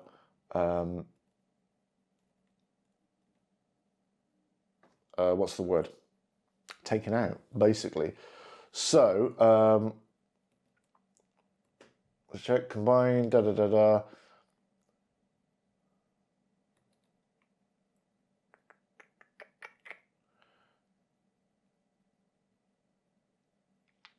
If both sides still have models left in their units, if a soldier removed from the last model Mythos unit, it loses.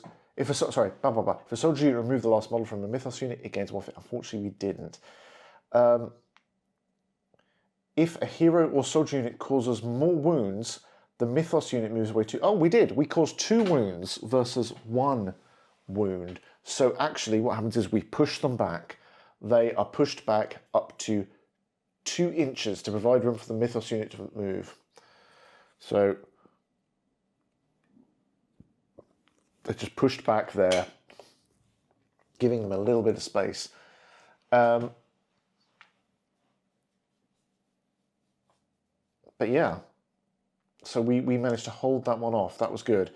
Also, we injured up to more than half of them. So therefore, they are also staggered. And that basically means that when you do when you remove half or more of the models in a unit, they gain a stagger token. That means the first thing they have to do is use one of their actions to remove that staggered token. It's good.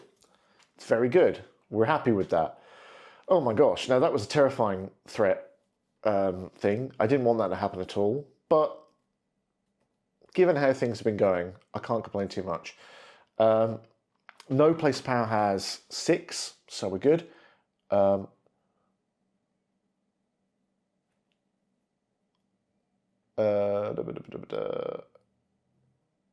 we go. So we're now into our next turn. Oh, this is turn 3, I believe. Oh my. We're going to activate a friendly unit. I think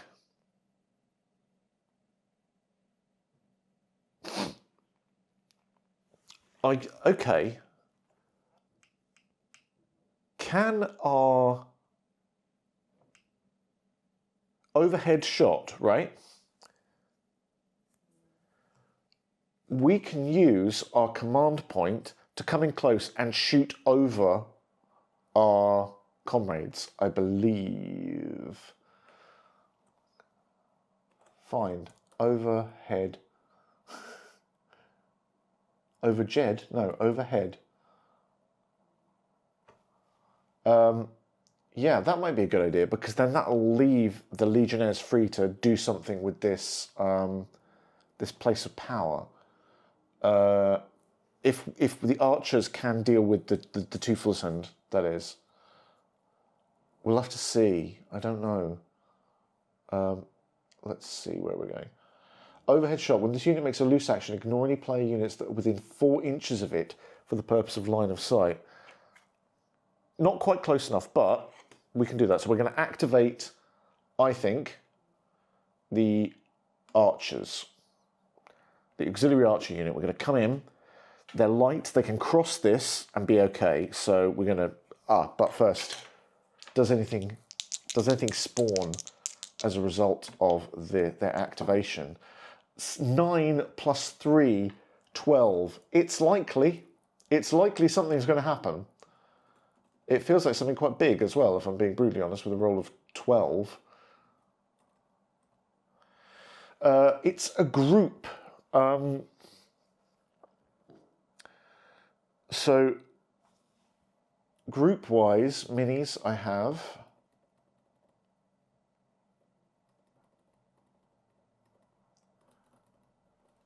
Mythos forces. Let's have a look. Groups.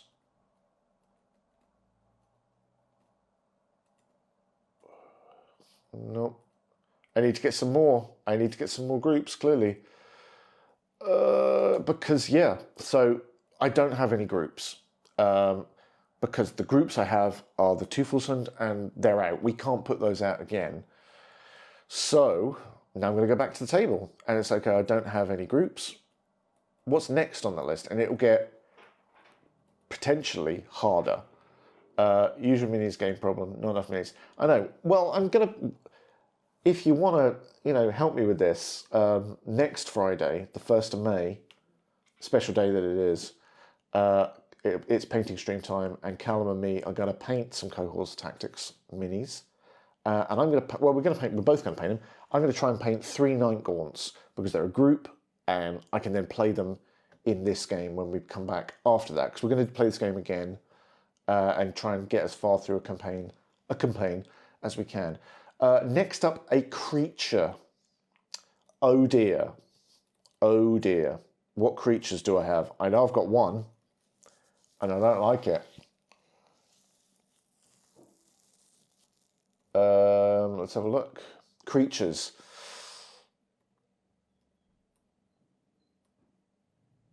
Yeah, I've got a creature, and it's the Chosen. So here he is. This guy has spawned. The Chosen just needs 3 hours to forward. I don't know if he's that easy. Oh, he might be easier because it's level 1. Yay!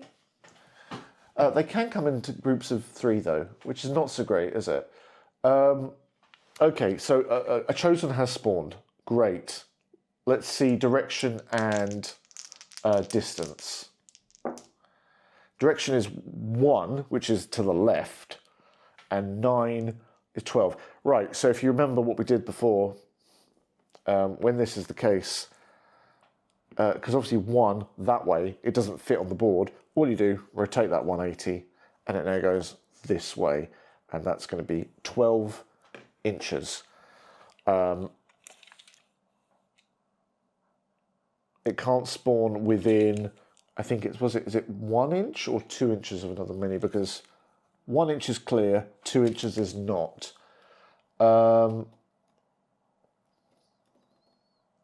Let's just have a see.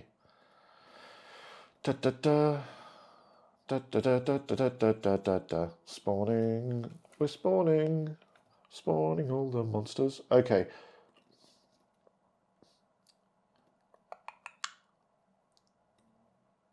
So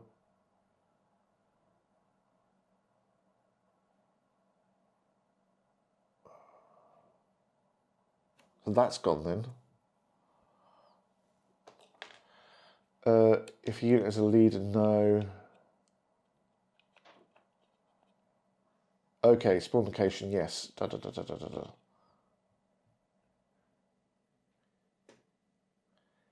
Place at least 1 inch away from other units. Well, he's 1 inch. He's just sort of like appeared, come around the corner. I hate it, but what are you going to do? Chosen's got to be free. Okay. Let's now move our archers up and use the correct thing, Steve. Come on, look, here we go. They can move through this rough terrain.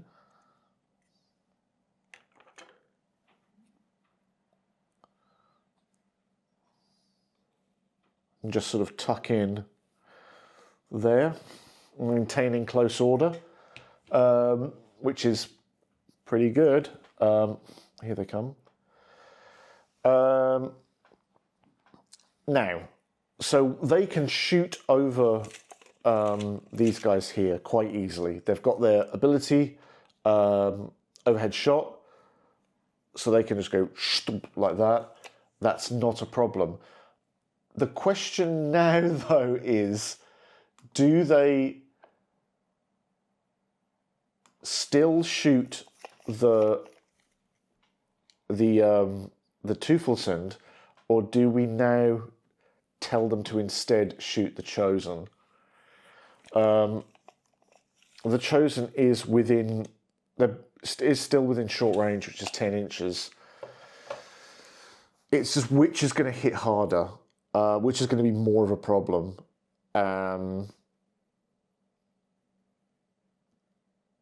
It feels like the Chosen to me, but I defer to my lieutenants. That's you. But yeah, I just feel like that Chosen is going to be a pain in the bum if we don't do something about it. Whereas that Teufelsson has been staggered. It might be Chosen is usually the better target, not least because there's only one of him and more things to go into his eyeballs. He's nothing but eyeballs. He's all eyeballs. Plus, look, he's really big. He should be an easy target. We should have no trouble hitting them. Let's do it. I think you're right. I just wanted someone to validate my my panicked claim there. So, let's put together a dice pool. We have Sagittus, who gets 3 dice. Whenever she's shooting in a loose action, she gets to add 1 more dice. So there you go. She's actually got 4 in there, plus another 3 for everyone else. That's a dice pool of 7. She is looking for... Sagittus is looking for 4s, and everyone else is looking for 5s.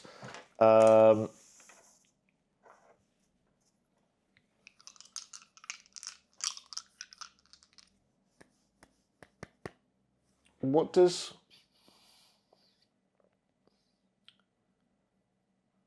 I have to just check it. Disciplined volley.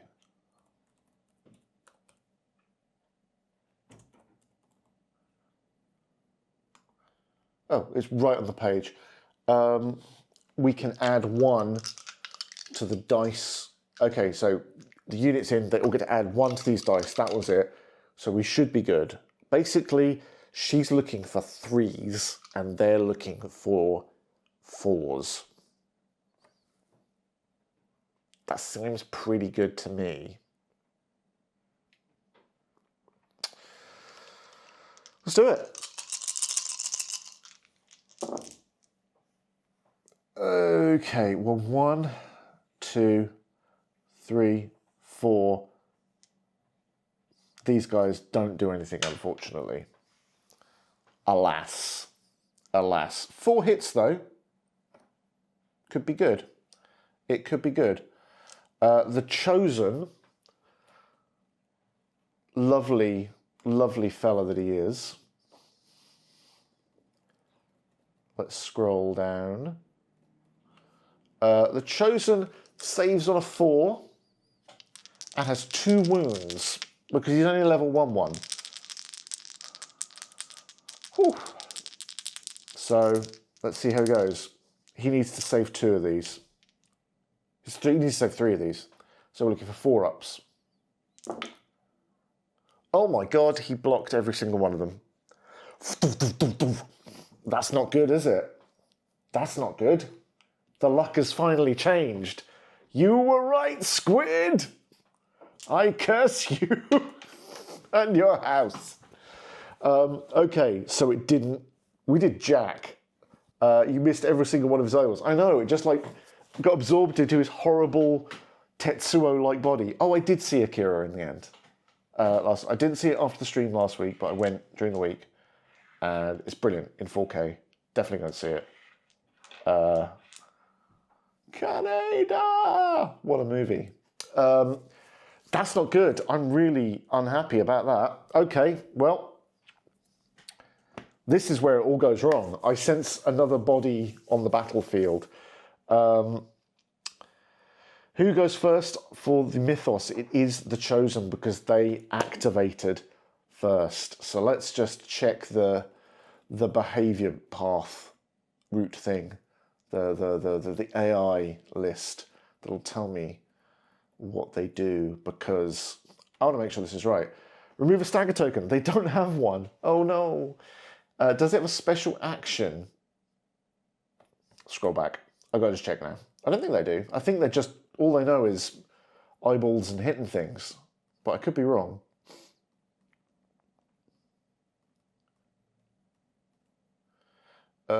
Special action? No. No. Okay.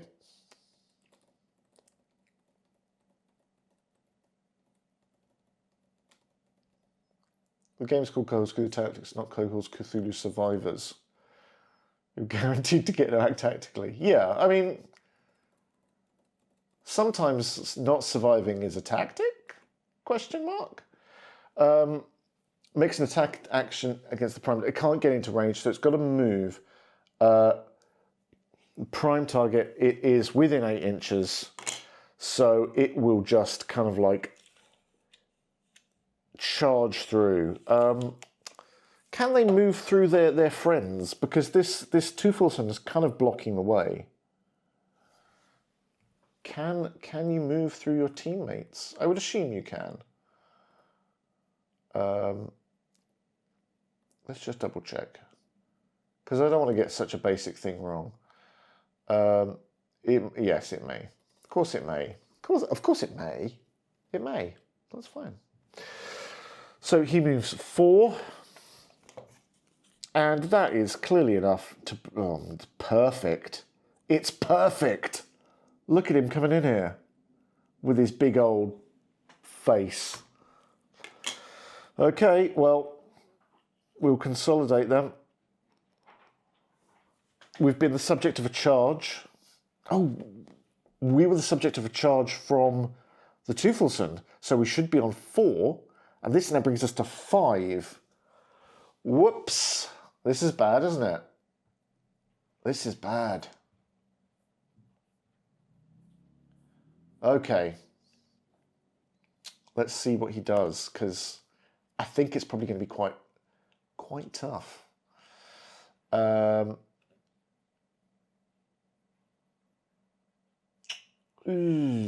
Okay. He gets 2 or the number of the highest magic dice, which is still 2. It could be worse. I've said that already today. It could be worse, and it was worse. So, not great. Do we counterattack or defend? I feel like, well, we can't counterattack because we would get 2 fear. If we defend, we get a +1 to our save, and that will take us to 6 fear, which is the highest. So then we would have to bolster.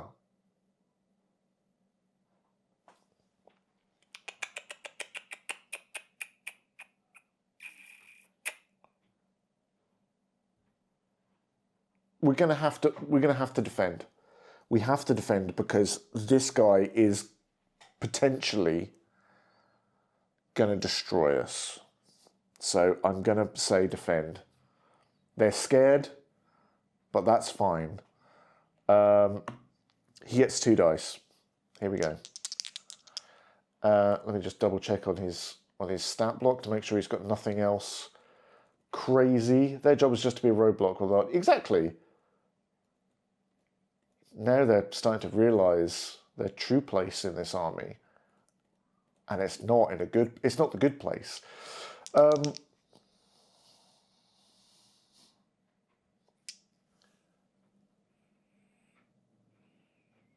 Okay, yeah. So, combat looking for 4s. Sweet Moses, he missed. His big old lumbering bulk. That's incredible. So he missed. We don't need to defend. We picked up the fear for nothing, but we needed to have it. That means it's a tie. Therefore, we are pushed back. up to 2 inches. Right up, therefore, against our... We push back into close order, like that. Look at these guys. It's not great. That's not how you want things to be, is it? We've literally been pushed back properly here now. The Chosen has gone. I hate this so much all of a sudden. I can't remember. Can my hero, who is literally right here, take one of their fear away when they activate? Or is that something that happened in the prologue for different reasons? I don't think I have that command. No. I don't think I have any command, if I'm being brutally honest. I think I goofed. I can't search for fear in the document. It has 187 results. That was inspire, as I recall. Yeah, let me just check for that. Inspired? No, that's not brought anything up. What was it called? Inspiring. Units that are within command range of this item lose 1 fear. Yes, that's yeah, inspiring. Good call, thank you. That helped me find that a lot quicker. Yeah. So, what we have to do then is we're going to have to bolster with these guys. They're going to have to bolster, and then maybe they can throw their Pelum point blank range into the face of the Chosen and pull victory from the jaws of defeat, maybe? Question mark? I don't know. It's not great. All of a sudden, it's turned on a dime edge. Is that the phrase? It's turned on a denarii edge. Where am I trying to find? I'm scrolling through rules trying to find something. Here we are. Unit actions, right. We want to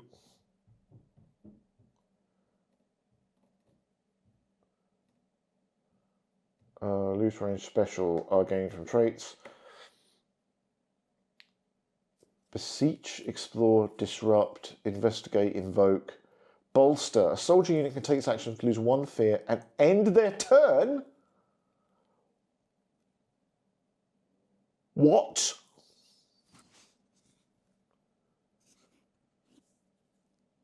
Ooh, okay.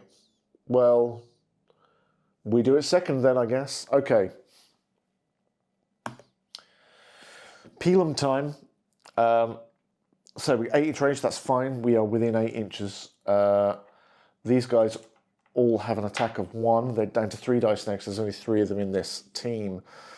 Ooh, it's a bit harsh. They have a range of thing. This will help them with staggered, but doesn't really help us for anything. What does Impulsium do? It's on page 107, I can tell you that for nothing. When they make a counterattack, resolve it before... I forgot. They have Impulsum. When the unit makes a counterattack combat response, resolve this unit's melee check before the enemy unit's melee check. Remove enemy casualties before calculating the dice pool for the enemy unit.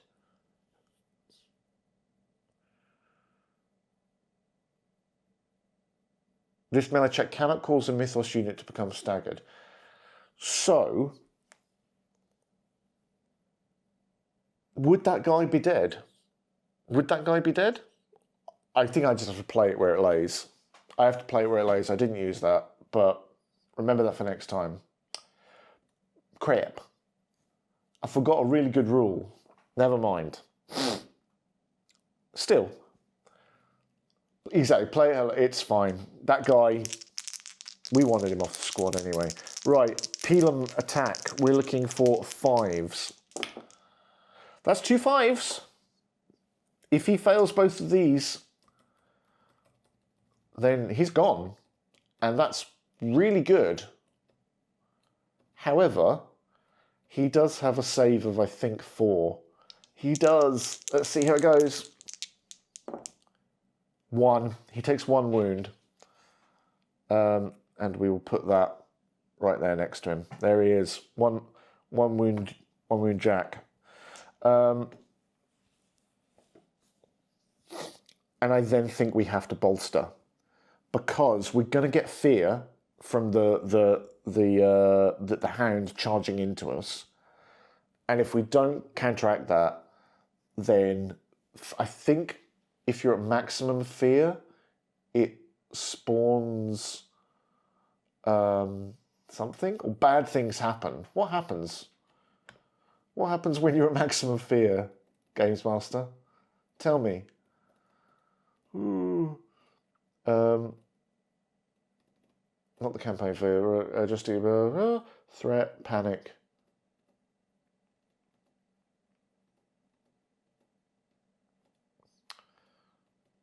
I think, yeah, we don't want that. We do not want that. We do not at all. Yeah. Yeah, I think we will bolster. So we take that. We're down to then 5 fear. Eek. It's their turnover. They've activated, which means the hound now goes. And of course, the first thing hound does is remove that staggered. Technically, it shouldn't have had it, but then that was based on us using our ability, and we goofed that. So we lost out too. However,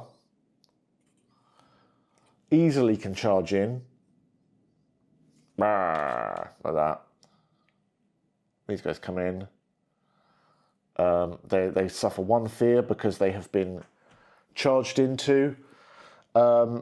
This guy is now going to attack us. This hound. A terrifying hound, Mr. Holmes. He's coming in, and he has an attack, I believe, of something disgusting. It's not what we want it to be, but it is what it is, and there's nothing we can do about it. They have a combat 4. That's a hit. Oh, yeah. Guys, what have you got? Defend on save with your grit of 5. Delightful. We faced them off. That's incredible. But that does mean we're pushed back. Okay. So with this pushback, like, we can't go the full distance because our own team are there. So I feel we have to, like, go to the side slightly.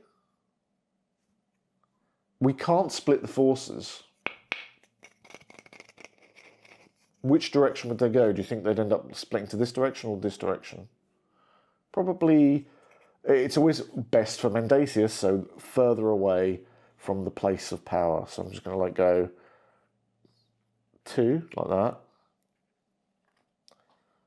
2, like that. And then you kind of come to there. So they're kind of open order. They are broken out. And there is just 1 inch there, which is great. Well, this has gone to crap, hasn't it? I felt we were doing great, and now our legionnaires are just taking the brunt of this, and it's not going well. Do we, rather than try and take this on, is it time to start thinking about running that way? Because we could triple move and peg it. No, you can't triple move. The world is correcting its previous tilt. Yeah, thanks. Thanks a lot. Yeah, so let's get rid of all these activations. This isn't good at all.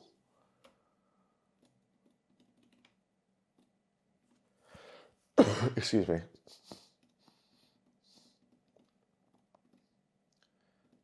Okay, end at the mythos phase. The mythos phase. Panic checks. Oh, poo-poo.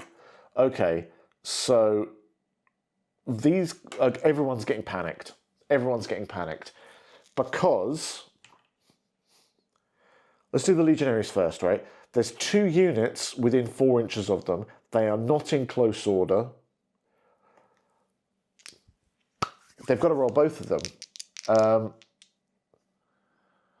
And if any failure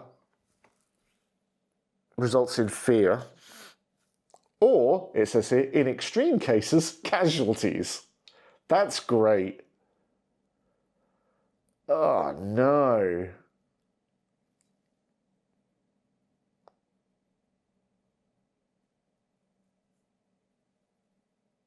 Oh my gosh, what? The place of power has a... Oh no. The place of power has a horrific aura. Oh no. So it's 3. That's not good. Oh, that's bad. We're in trouble, team. Archers, away, run. If a mythos unit applying horrific aura contains at least twice the numbers as the unit soldier, no. Okay. Okay, so we're rolling versus grit.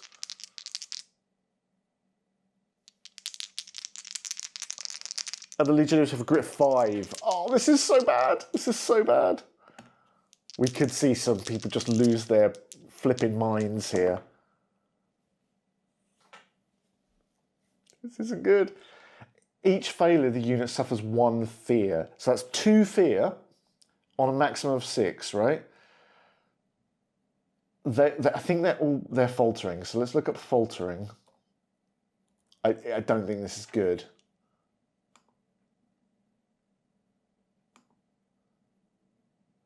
The first point of fear increases the unit. Oh no.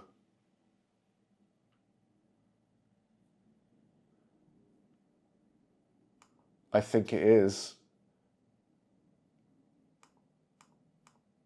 Faltering is on page 19. Let's do this. When a soldier unit reaches 6 fear, it is faltering. It cannot take any actions other than bolster. Oh, so we kind of shouldn't have shot throwing Pelon, but oh well. Tell me about it, Data Doll. Oh no. 2 people have died through fear. They have been scared to death.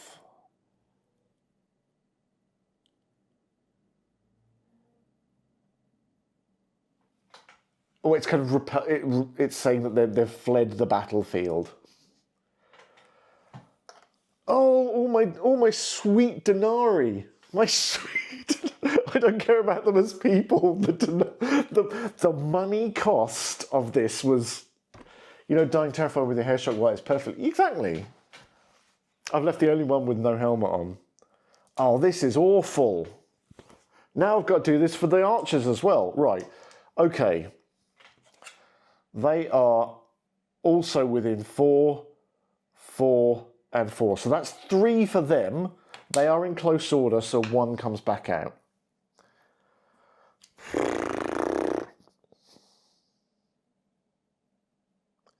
They've all got grits of 5, including my hero. This is awful. Come on, team. What? Snake Eyes!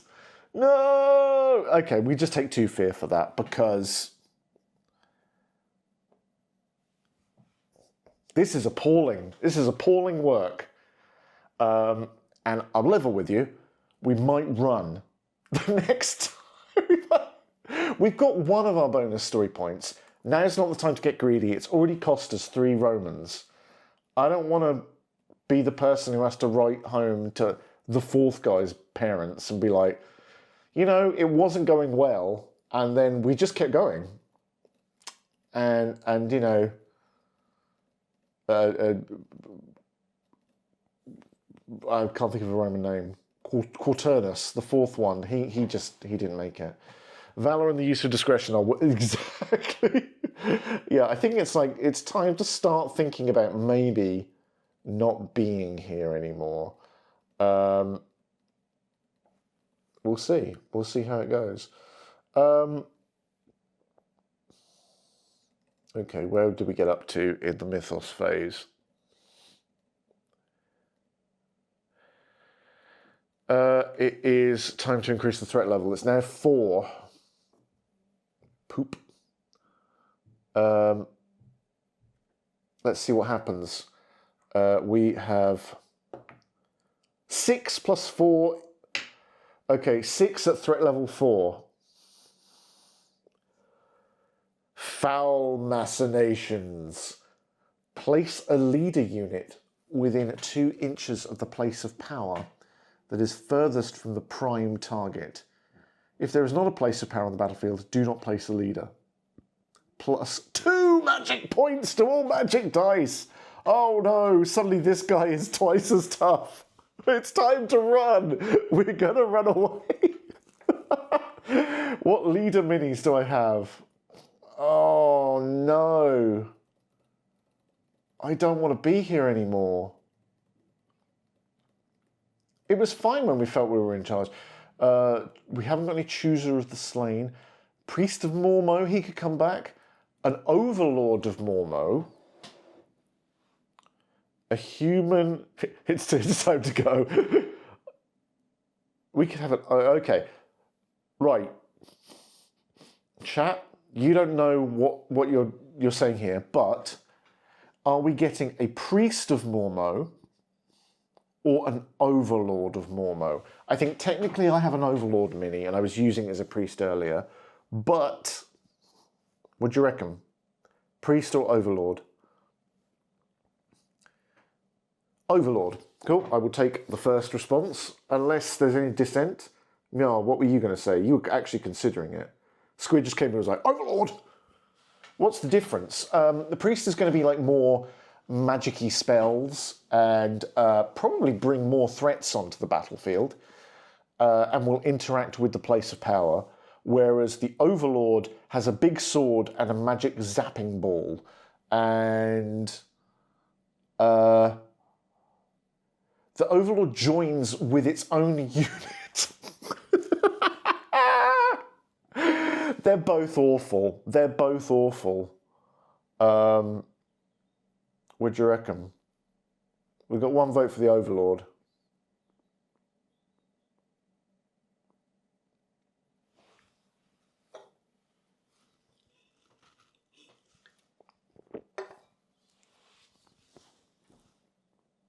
You'd side with the Priest. Any other vote? Anyone want to break this tie? Overlord. You've changed your mind. Okay, fair enough. Fair enough, meow. Overlord it is. Well, he's back. Here he is. Oh, God. Right, so he's got a... Where is it? Where is he spawning again? I saw, but then the whole thing was too terrifying. And then I stopped soaring. Let's have a look. Where is it? Foul machinations. Within 2 inches of the place of power that is furthest from the prime target. Prime target is the nearest, which is this guy here. So it's furthest from the prime target. So we'll draw a line straight through 2 inches. Boop. There we go. Overlord has spawned here. So now we go to look at the Overlord's really annoying stats. I hate them. Mythos Champion. When this unit spawns as part of a spawn roll containing a horde... Oh, no, it does. Okay, this is it. When this unit spawns as part of a spawn roll containing a horde or group. Cool. Okay, that's different. Okay, so that doesn't actually happen. Because you can have a really bad situation where it's like spawn a leader and a group, and it's like, ooh, because it'd be spawn 2, but this would put them together in one group. He is basically just there, and yeah, this is horrible. Okay, fair enough. We need to run. It's time to go. Yeah, it's time to go. So let's now finish up that mythos phase and see how fast we can get our little not yet dead butts out of here.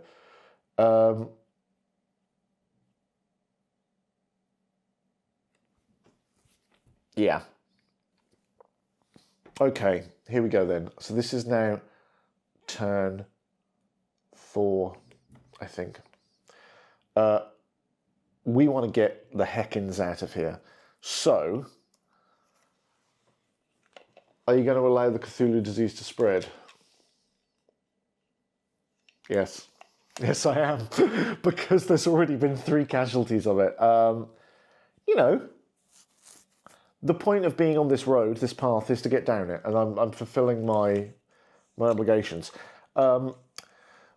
So either we've got to try and just get our main team out of here, which is these guys. We're going to leave this guy, this one guy, because if we try and save him, everyone will just crunch into us. Potentially more predates dynamite. I wish we had dynamite.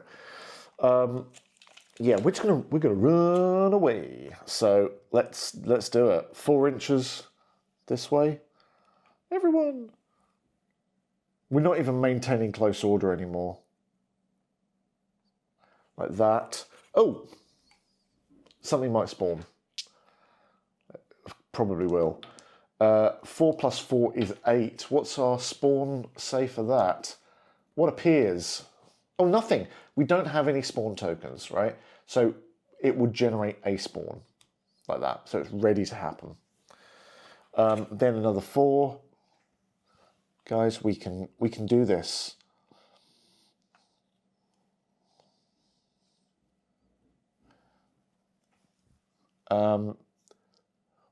We've done it. We're within 2 inches of the end. So the question is, does the game instantly end by us running away? I feel so bad. What was our victory conditions for this again? Let me just check. I think it was get to within 2 inches. Let's go to the hard road. Yeah, I didn't think it was the hard road, but it blooming well was.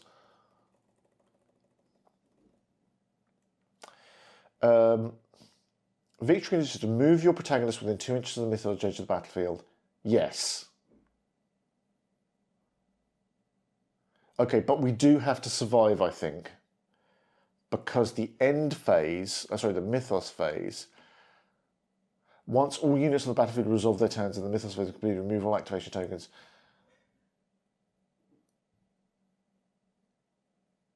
Okay, so yeah, we have to play through this. But, hey-ho. We'll see how it goes. By see how it goes means we're going to see how much this guy is going to get mushed. So nothing spawned this turn. Now we need to work out which of the mythos creatures activates. So nothing spawned this turn. So otherwise the closest mythos units to the prime target will activate. Now unfortunately the prime target, well the mythos priority, now I'm a bit confused by this and I will check just to make sure. We might be playing this wrong. But when we set up we were told that our protagonist is the mythos priority. So that's them. Otherwise, it would be this poor chump here because they are within a certain distance of the place of power. But it's there. So the closest mythos unit to the prime target will activate if it is within 8 inches of the prime target. So he is, and he isn't. So this is the thing, right? Technically, this guy is the closest, so he would charge across to our hero. by the way I'm interpreting it, right?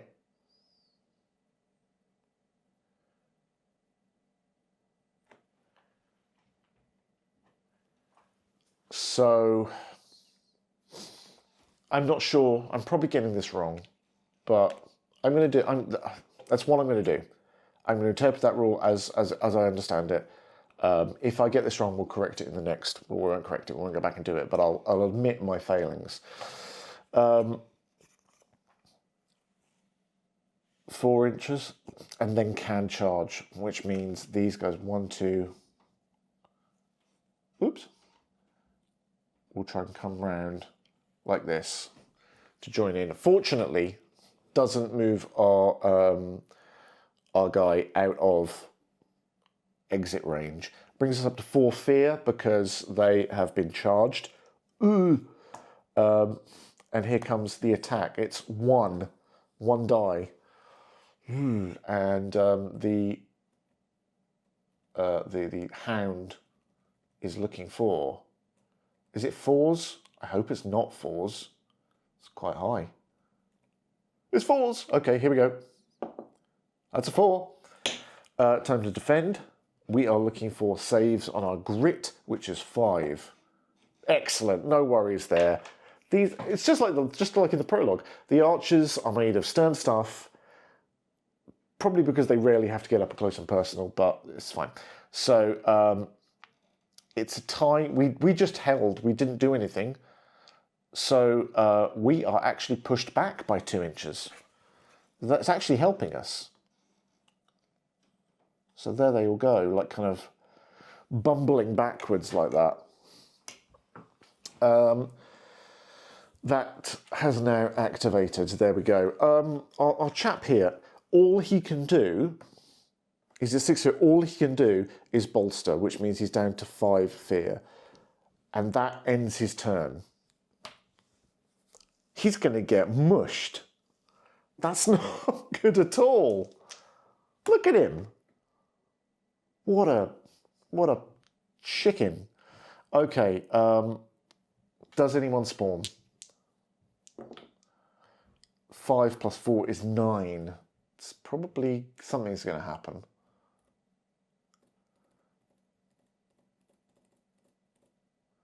He's clearly decided to hold the rear guard position like Horatio at the bridge. Sure, I think he's holding the rear guard position because he's pooping himself. So 6, 7, 8, 9, 10. That is a group. Can't be a group because our only group is the... it's quite possible that Horatio smelled poopy. You said it, not me. A creature with no creatures. A leader. Our leader is out. Leader and horde, which means a new spawn token is coming in. So we've got a lot on the board to deal with. I think that's the useful thing. So next up, no one spawns. It's again neat. Who is within 8 of the prime target? Excuse me. Little gurgling stomach thing there. The prime target has been pushed back. No one is within it. Unit for proto, activate, no. Closest. It's this guy just wanders in. Puts this guy's fear back up to the top and is presumably about to destroy him. Because, I don't know if you can see this, the Chosen has just closed on our last guy here. The Chosen now has an attack of 4, because that's what the highest magic dice is. And he's looking to hit on 4s, if I recall. Only 2. Only 2. It could be worse. This guy's going to save at 4s. Now, one got through. He's gone. Splat. He properly was squashed. So, that's not good. That was his charge. He's got another action, and he is now just going to move close to the nearest unit. because they're sort of chasing us off the battlefield. I hate this. We've used all ours. The leader goes. Oh, man. Now, the leader might have a different activation. Some of them do. They operate in a different way. So let's have a little look. Let's see what the Overlord does.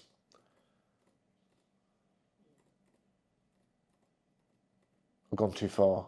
I'm literally now looking at the avatar of Nyarlathotep, which is possibly, I'm glad we're not dealing with. Overlord. Oh no, they do. They do use it. It's fine. This unit adds an additional die when creating the dice pool for a panic check. Ooh. Okay, so they are... Oh, God.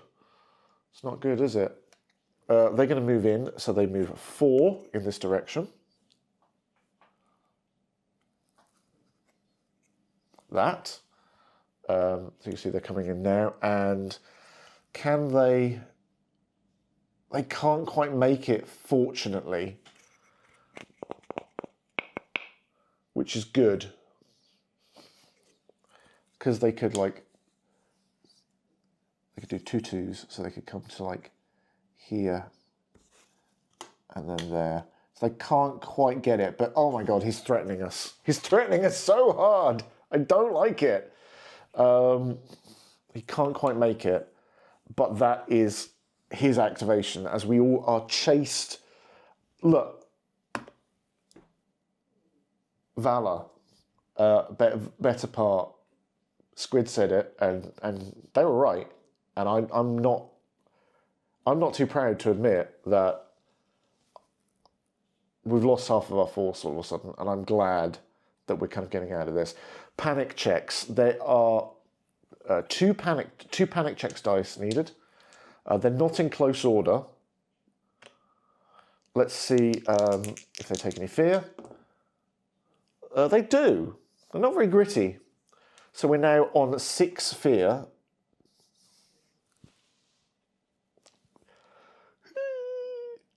Now we're going to look at the threat level, goes up to 5. Oh my gosh. Right. Let's do the threat roll. 4 at level 5. Foul machinations again. Another leader. There is... Oh, God. So we... If there is not a place of power on the battlefield, do not place a leader. Well, I don't have a leader. So that would mean, I guess, another spawn token. And magic goes to 2. To 6, even. Oh, no. This is getting bad. If a place of power has 6 magic, it is saturated and a dimensional rift opens up. Oh, hang on.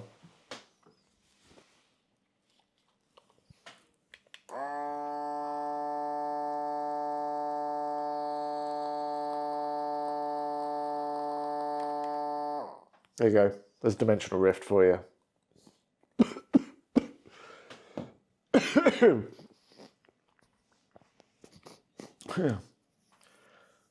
So, yeah, exactly. I moved in here, I didn't check for dimensional rifts, but I got one anyway. Yeah, so dimensional rift opens up. Reset the magic die to a value of 1. That's the only good thing that's going to happen here. And set up a creature within 2 inches of the place of power. Okay. If all creatures are already in, refresh a spawn token. So we're now up to 4 spawn tokens. Eek. It's not good. But that does mean we've got to the end. Try not to set my fire alarm off. Okay, we have units in place, so it's not a defeat. My objective is not yet complete. I can declare that I will retreat. No. Our objective is complete. We withdraw. But we haven't secured the field. So, there we go. Look at that. I don't feel like we won. we got away with it, I think is how it works. Let me just check the hard road. If I meant we can unlock a new path of our choosing on the hero's journey. Excellent. We can unlock a new path. So let's look at that then. Page 52. The hero's journey. A new path.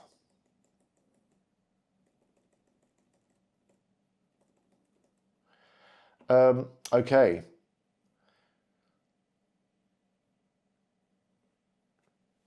As your campaign progresses, the narrative will start to emerge. From your arrival in Germania to your final confrontation, you will have several options on which to spend your story points.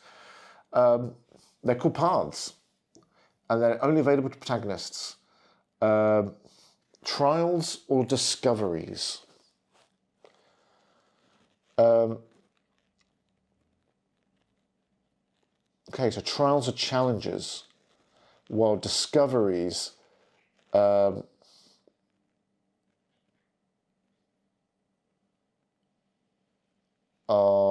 just things we've discovered. So I think it's a trial. We're going to go for a trial because we want to have something we can complete over a few games. Trials are challenges your protagonist must overcome. To begin a trial, you select the trial you wish to attempt. Spend one story point. We don't have to because we unlock that path for free because we won. We've done one, which is great. The name of the trial. A brief description, a condition which we must meet, and a reward for completing it. Okay. Let's pick one. Tell me what you think sounds good that we should do.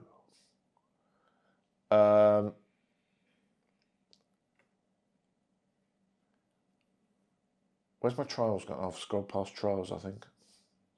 Have I? Where are my trials at? Discoveries.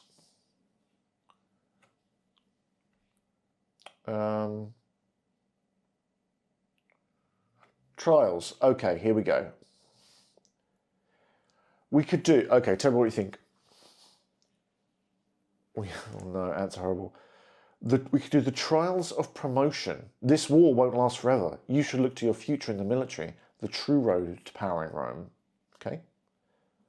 So we'll try and get promoted. The trial of ambition, which we can repeat, which is like, heroes are not above furthering their own ambitions, as the hidden wars provide ample opportunities for cunning individuals to better their lot. So this is like, we can get like riches and honor and glory and stuff. The trials of the hidden war.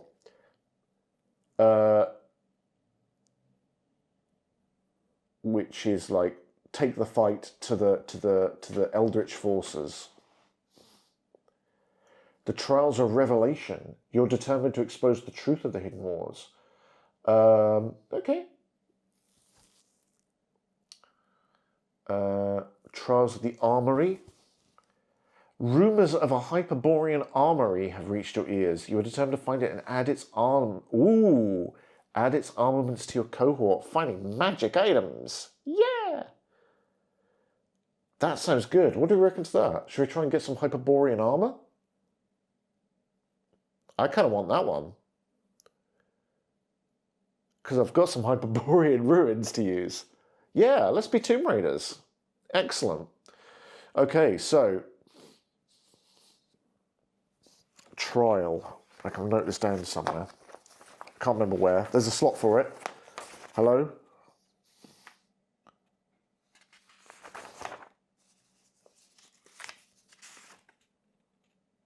Here, let's put it here. Trial of the Armory. Nice. Okay, seek out truth. So step one, all the rumours seem to have one thing in common. The name of a hated enemy that crops up every time. It can't be a coincidence. To advance this trial, forego the reward from the next successful capture mission, and then we gain a story point. Okay. Okay, so we want to do a capture mission. That sounds cool. I'm down for that.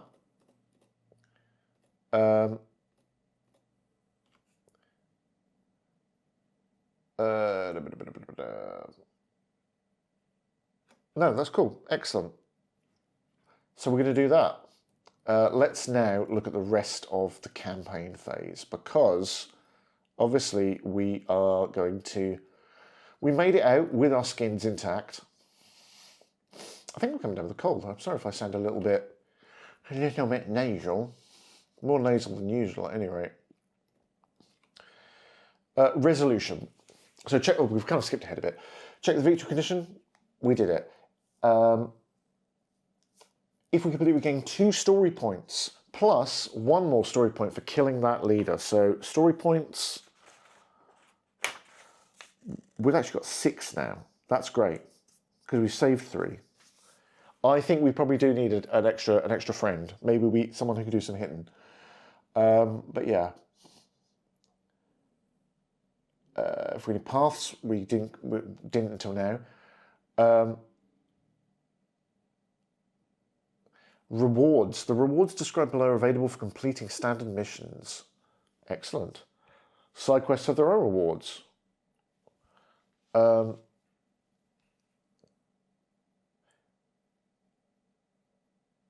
What does this mean? I don't understand. Oh, so we don't have these because you can get things like you can become a veteran and that makes it easier for you to train. I see. Penalties. We didn't fail to meet anything. We just didn't do the things that were optional. Casualties. Uh-oh.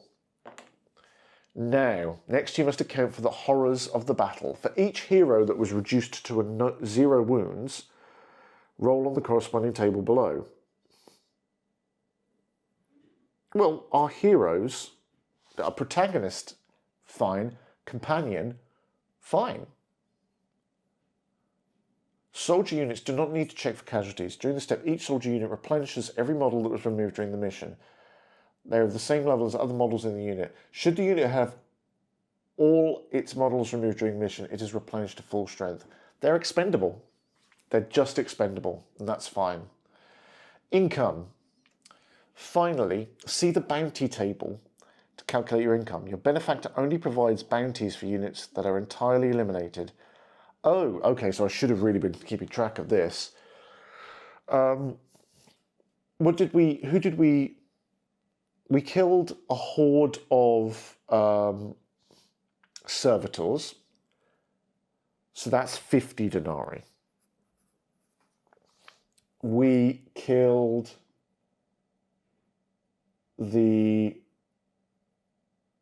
killed nothing else, did we? We didn't finish any other unit off. Oof, that's not good, is it? We didn't, did we? Because they were here. They got shot by the Pelum. The hounds came in over here, and it just never stopped. The chosen came in. The leader came in. Oh no, we killed the priest as well, and the priest is a leader, which is 125. Oh yeah, so that's 175 denarii, which adds to our 25 and takes us to 200 denarii, which is quite frankly bugger all, because we started with 1,000. Oopsie. Forbidden knowledge.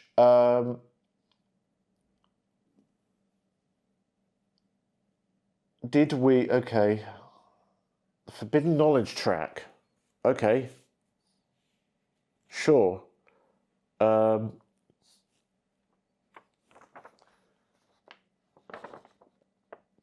Where's my forbidden knowledge track when it's at home? Ah, here we are. Forbidden knowledge.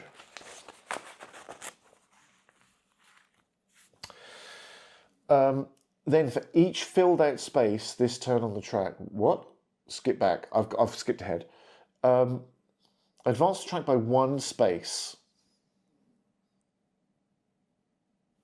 Okay, then for each filled out space this turn on the track, roll on the knowledge event table but below. Okay, so we'll put a little cross there. Here we go. Let's see what this comes up with. We'll roll the big. Let's roll the threat die. 5.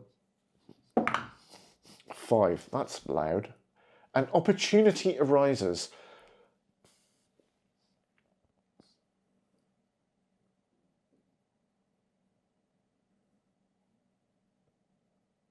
Fortune has smiled upon you. An opportunity has arisen, and you must seize the moment before it passes. Unlock a side quest of your choice without spending story points. During Step 6, receive orders of the campaign phase. Roll only once on the missions table. Your options are that result or the side quest you just unlocked. The consequence of not taking the side quest is +1 forbidden knowledge in the next campaign type phase. Okay, so it could be... Okay, I see what that is. So, unlock a side quest of our choice. Let's do it. Let's find a side quest. They were cheaters. Dirty little cheaty naughty boys with their naughty Cthulhu-ness. Side quests. And if we know anything about side quests, this is gonna take over everything.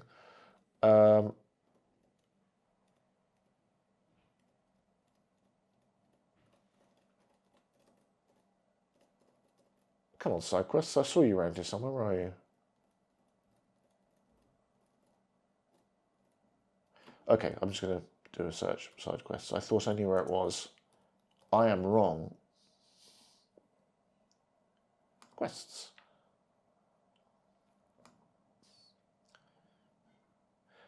Okay, here we go. Do you want to just... Should we pick one? Or without knowing what they are? Which of these sounds cool? Malevolence of the Migo. The Call of the Deep Ones. Enemy of my enemy. Blood and Vines. Favor of the Gods. A Key to Dawn, Hand of the Hyperborean, and that's it, that's all we can do. Any of those sound exciting.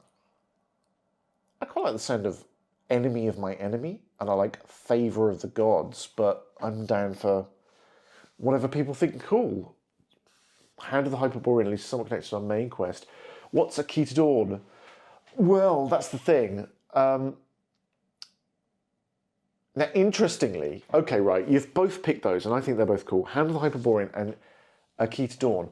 But those two quests are mutually exclusive. We can only ever do one of them. So we have to choose. So let's look at them and see what they are. Page 162 and 161. Possibly in the other order. Oh, look at this. Here we go. Okay.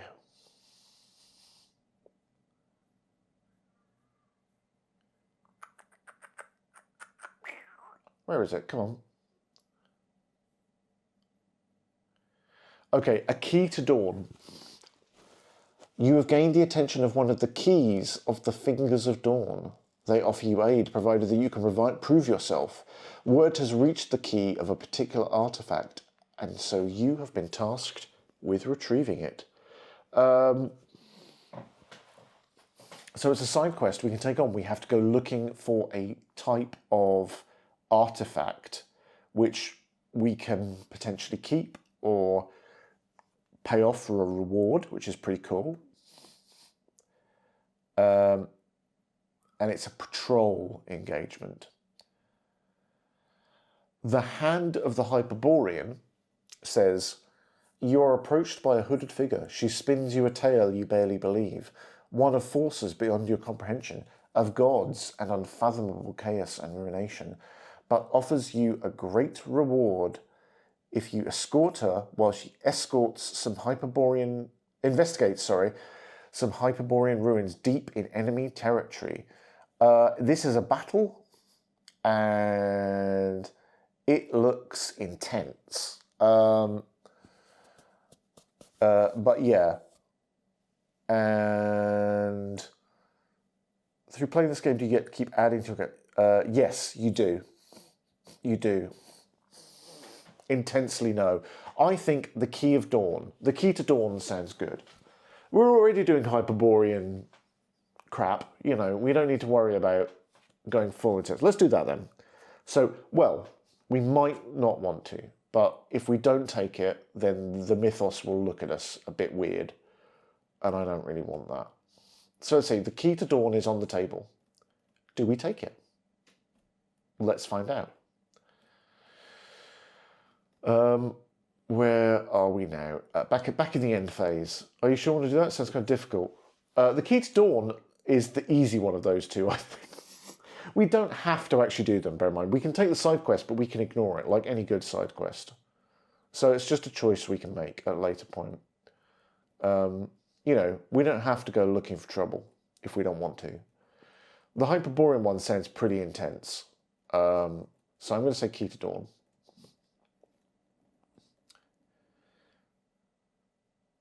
Yeah, there is a slight, you know, it's the Cthulhu overlap, isn't it? You know, it's the kind of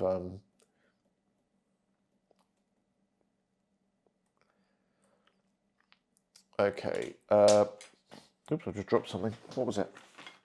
A wound token. Okay.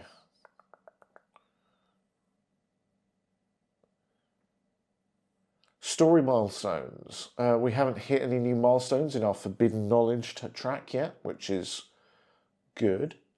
No, we need to hit 3 for that. Reinforce. All soldier units are restored to their unit size as fresh recruits are brought in from Rome. Those old guys, we don't want them. We have the opportunity to spend any denarii and story points that you currently have on services. Now, services can be purchased in any order and purchased multiple times. The only limiting factor is your currency. So, oh my god, we can recruit a standard bearer or a musician. This is where we do it. If we had a music, if we wanted our bagpipe player, this is how we would do it. Okay, so we've got 200 denarii, not very many, to be brutally honest. So we can't actually afford a musician. No bagpipes yet. There's a harpsichord that needs to be carried on a giant rabbit. Okay, or we can... Roman services. Increase unit size of legionnaires. Okay, I mean...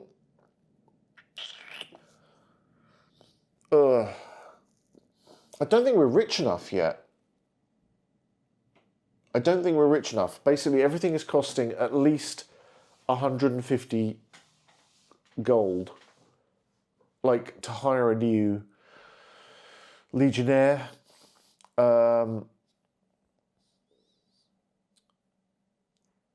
We could recruit a new companion for 3 story points. Get someone tough to help us out, like a warrior or someone like that. That might be a good thing to do.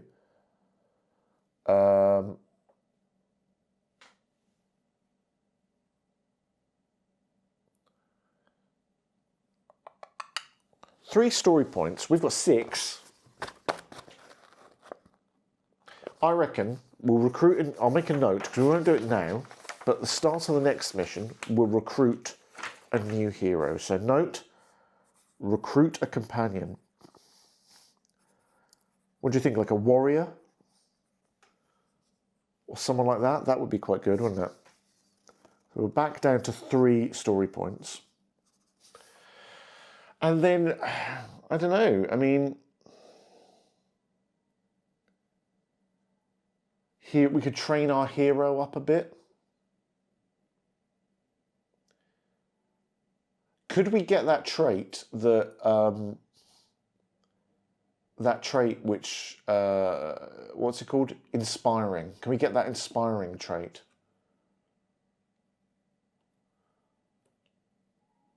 I feel like that might be good.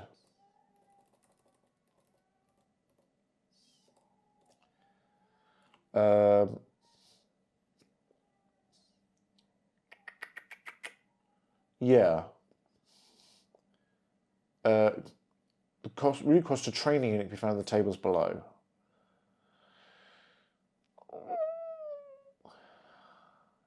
It's quite expensive.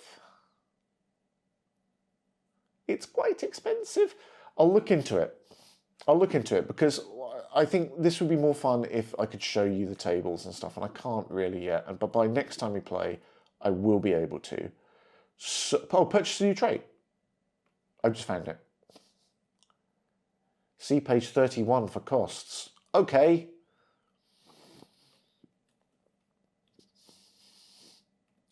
Come on, page 31. Where are you? Oh no, that's page 52. That's wrong.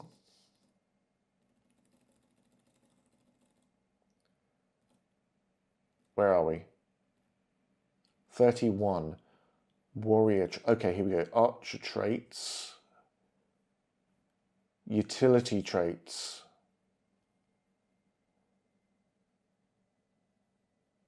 Oh, we can't. I don't think we can get it.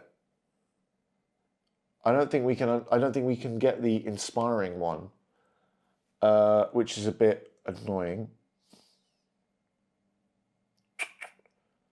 Dang. But we could get by Jupiter, right? After rolling a dice pool for either an attack, action, or saves from one of your units within command range, you can spend a command token to reroll any number of fails. That's quite good, right?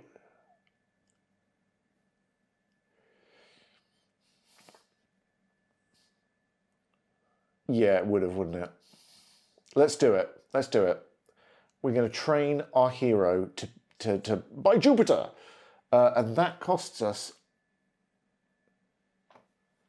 See, I am going to check here because it says cost story point none. And I feel like that can't be right. So in theory, we're getting by Jupiter. I've got some homework to do. And we're recruiting a companion. And we're saving our denarii because, quite frankly, 200 denarii can't buy nothing in this economy. But I think that is kind of where we'll leave it. I think that's everything in the end phase. Just double check. I mean the campaign phase, sorry, not the end phase. I need some dinner. Reinforce. Yes. This is fine. Receive orders. Okay. So what we're also going to do is we're going to do receive orders at the start of the next one. Because I think it's unfair just when I haven't quite got the stuff left. So I'm just making notes. We'll technically finish the campaign turn at the start of our next game. Yeah, we'll call it there. Luckily, as it was. Thank you for hanging out. Thank you particularly for your help, especially Squid, Adalas at the start, everyone who offered opinions. Thank you. This is great. No, it was cool. Thank you for hanging out. If you want to see the prologue and you haven't already, go to Modiphius Live on YouTube and drop us a follow there because that's where these will be re-uploaded. So if you miss any, it's a good chance. You can also see the previous playthrough we did of 5 Parsecs from Home, which was good fun. We may revisit that crew at some point. Otherwise, you can find us our usual one on YouTube. You know how to do that. You've used the internet before. We can be found on Instagram, TikTok, Blue Sky, and Facebook, I'm going to say. I'm getting tired, I can't remember them. But yeah, we'll be back next Friday. It'll be me and Callum painting. We'll be painting Night Gaunts, which I'm going to try and use in this, give you some more minis. And then the Friday after that, so that'll be Friday the 8th of May, we'll be back with this crew to see if we can find our way to these Hyperborean gates or help the Key of Dawn and see how that works out. But yeah, thanks for hanging out. Whatever you're up to this weekend, have a good one. And I will see you again very soon. Have a well done. Sagittus, etc. I don't know. Bye.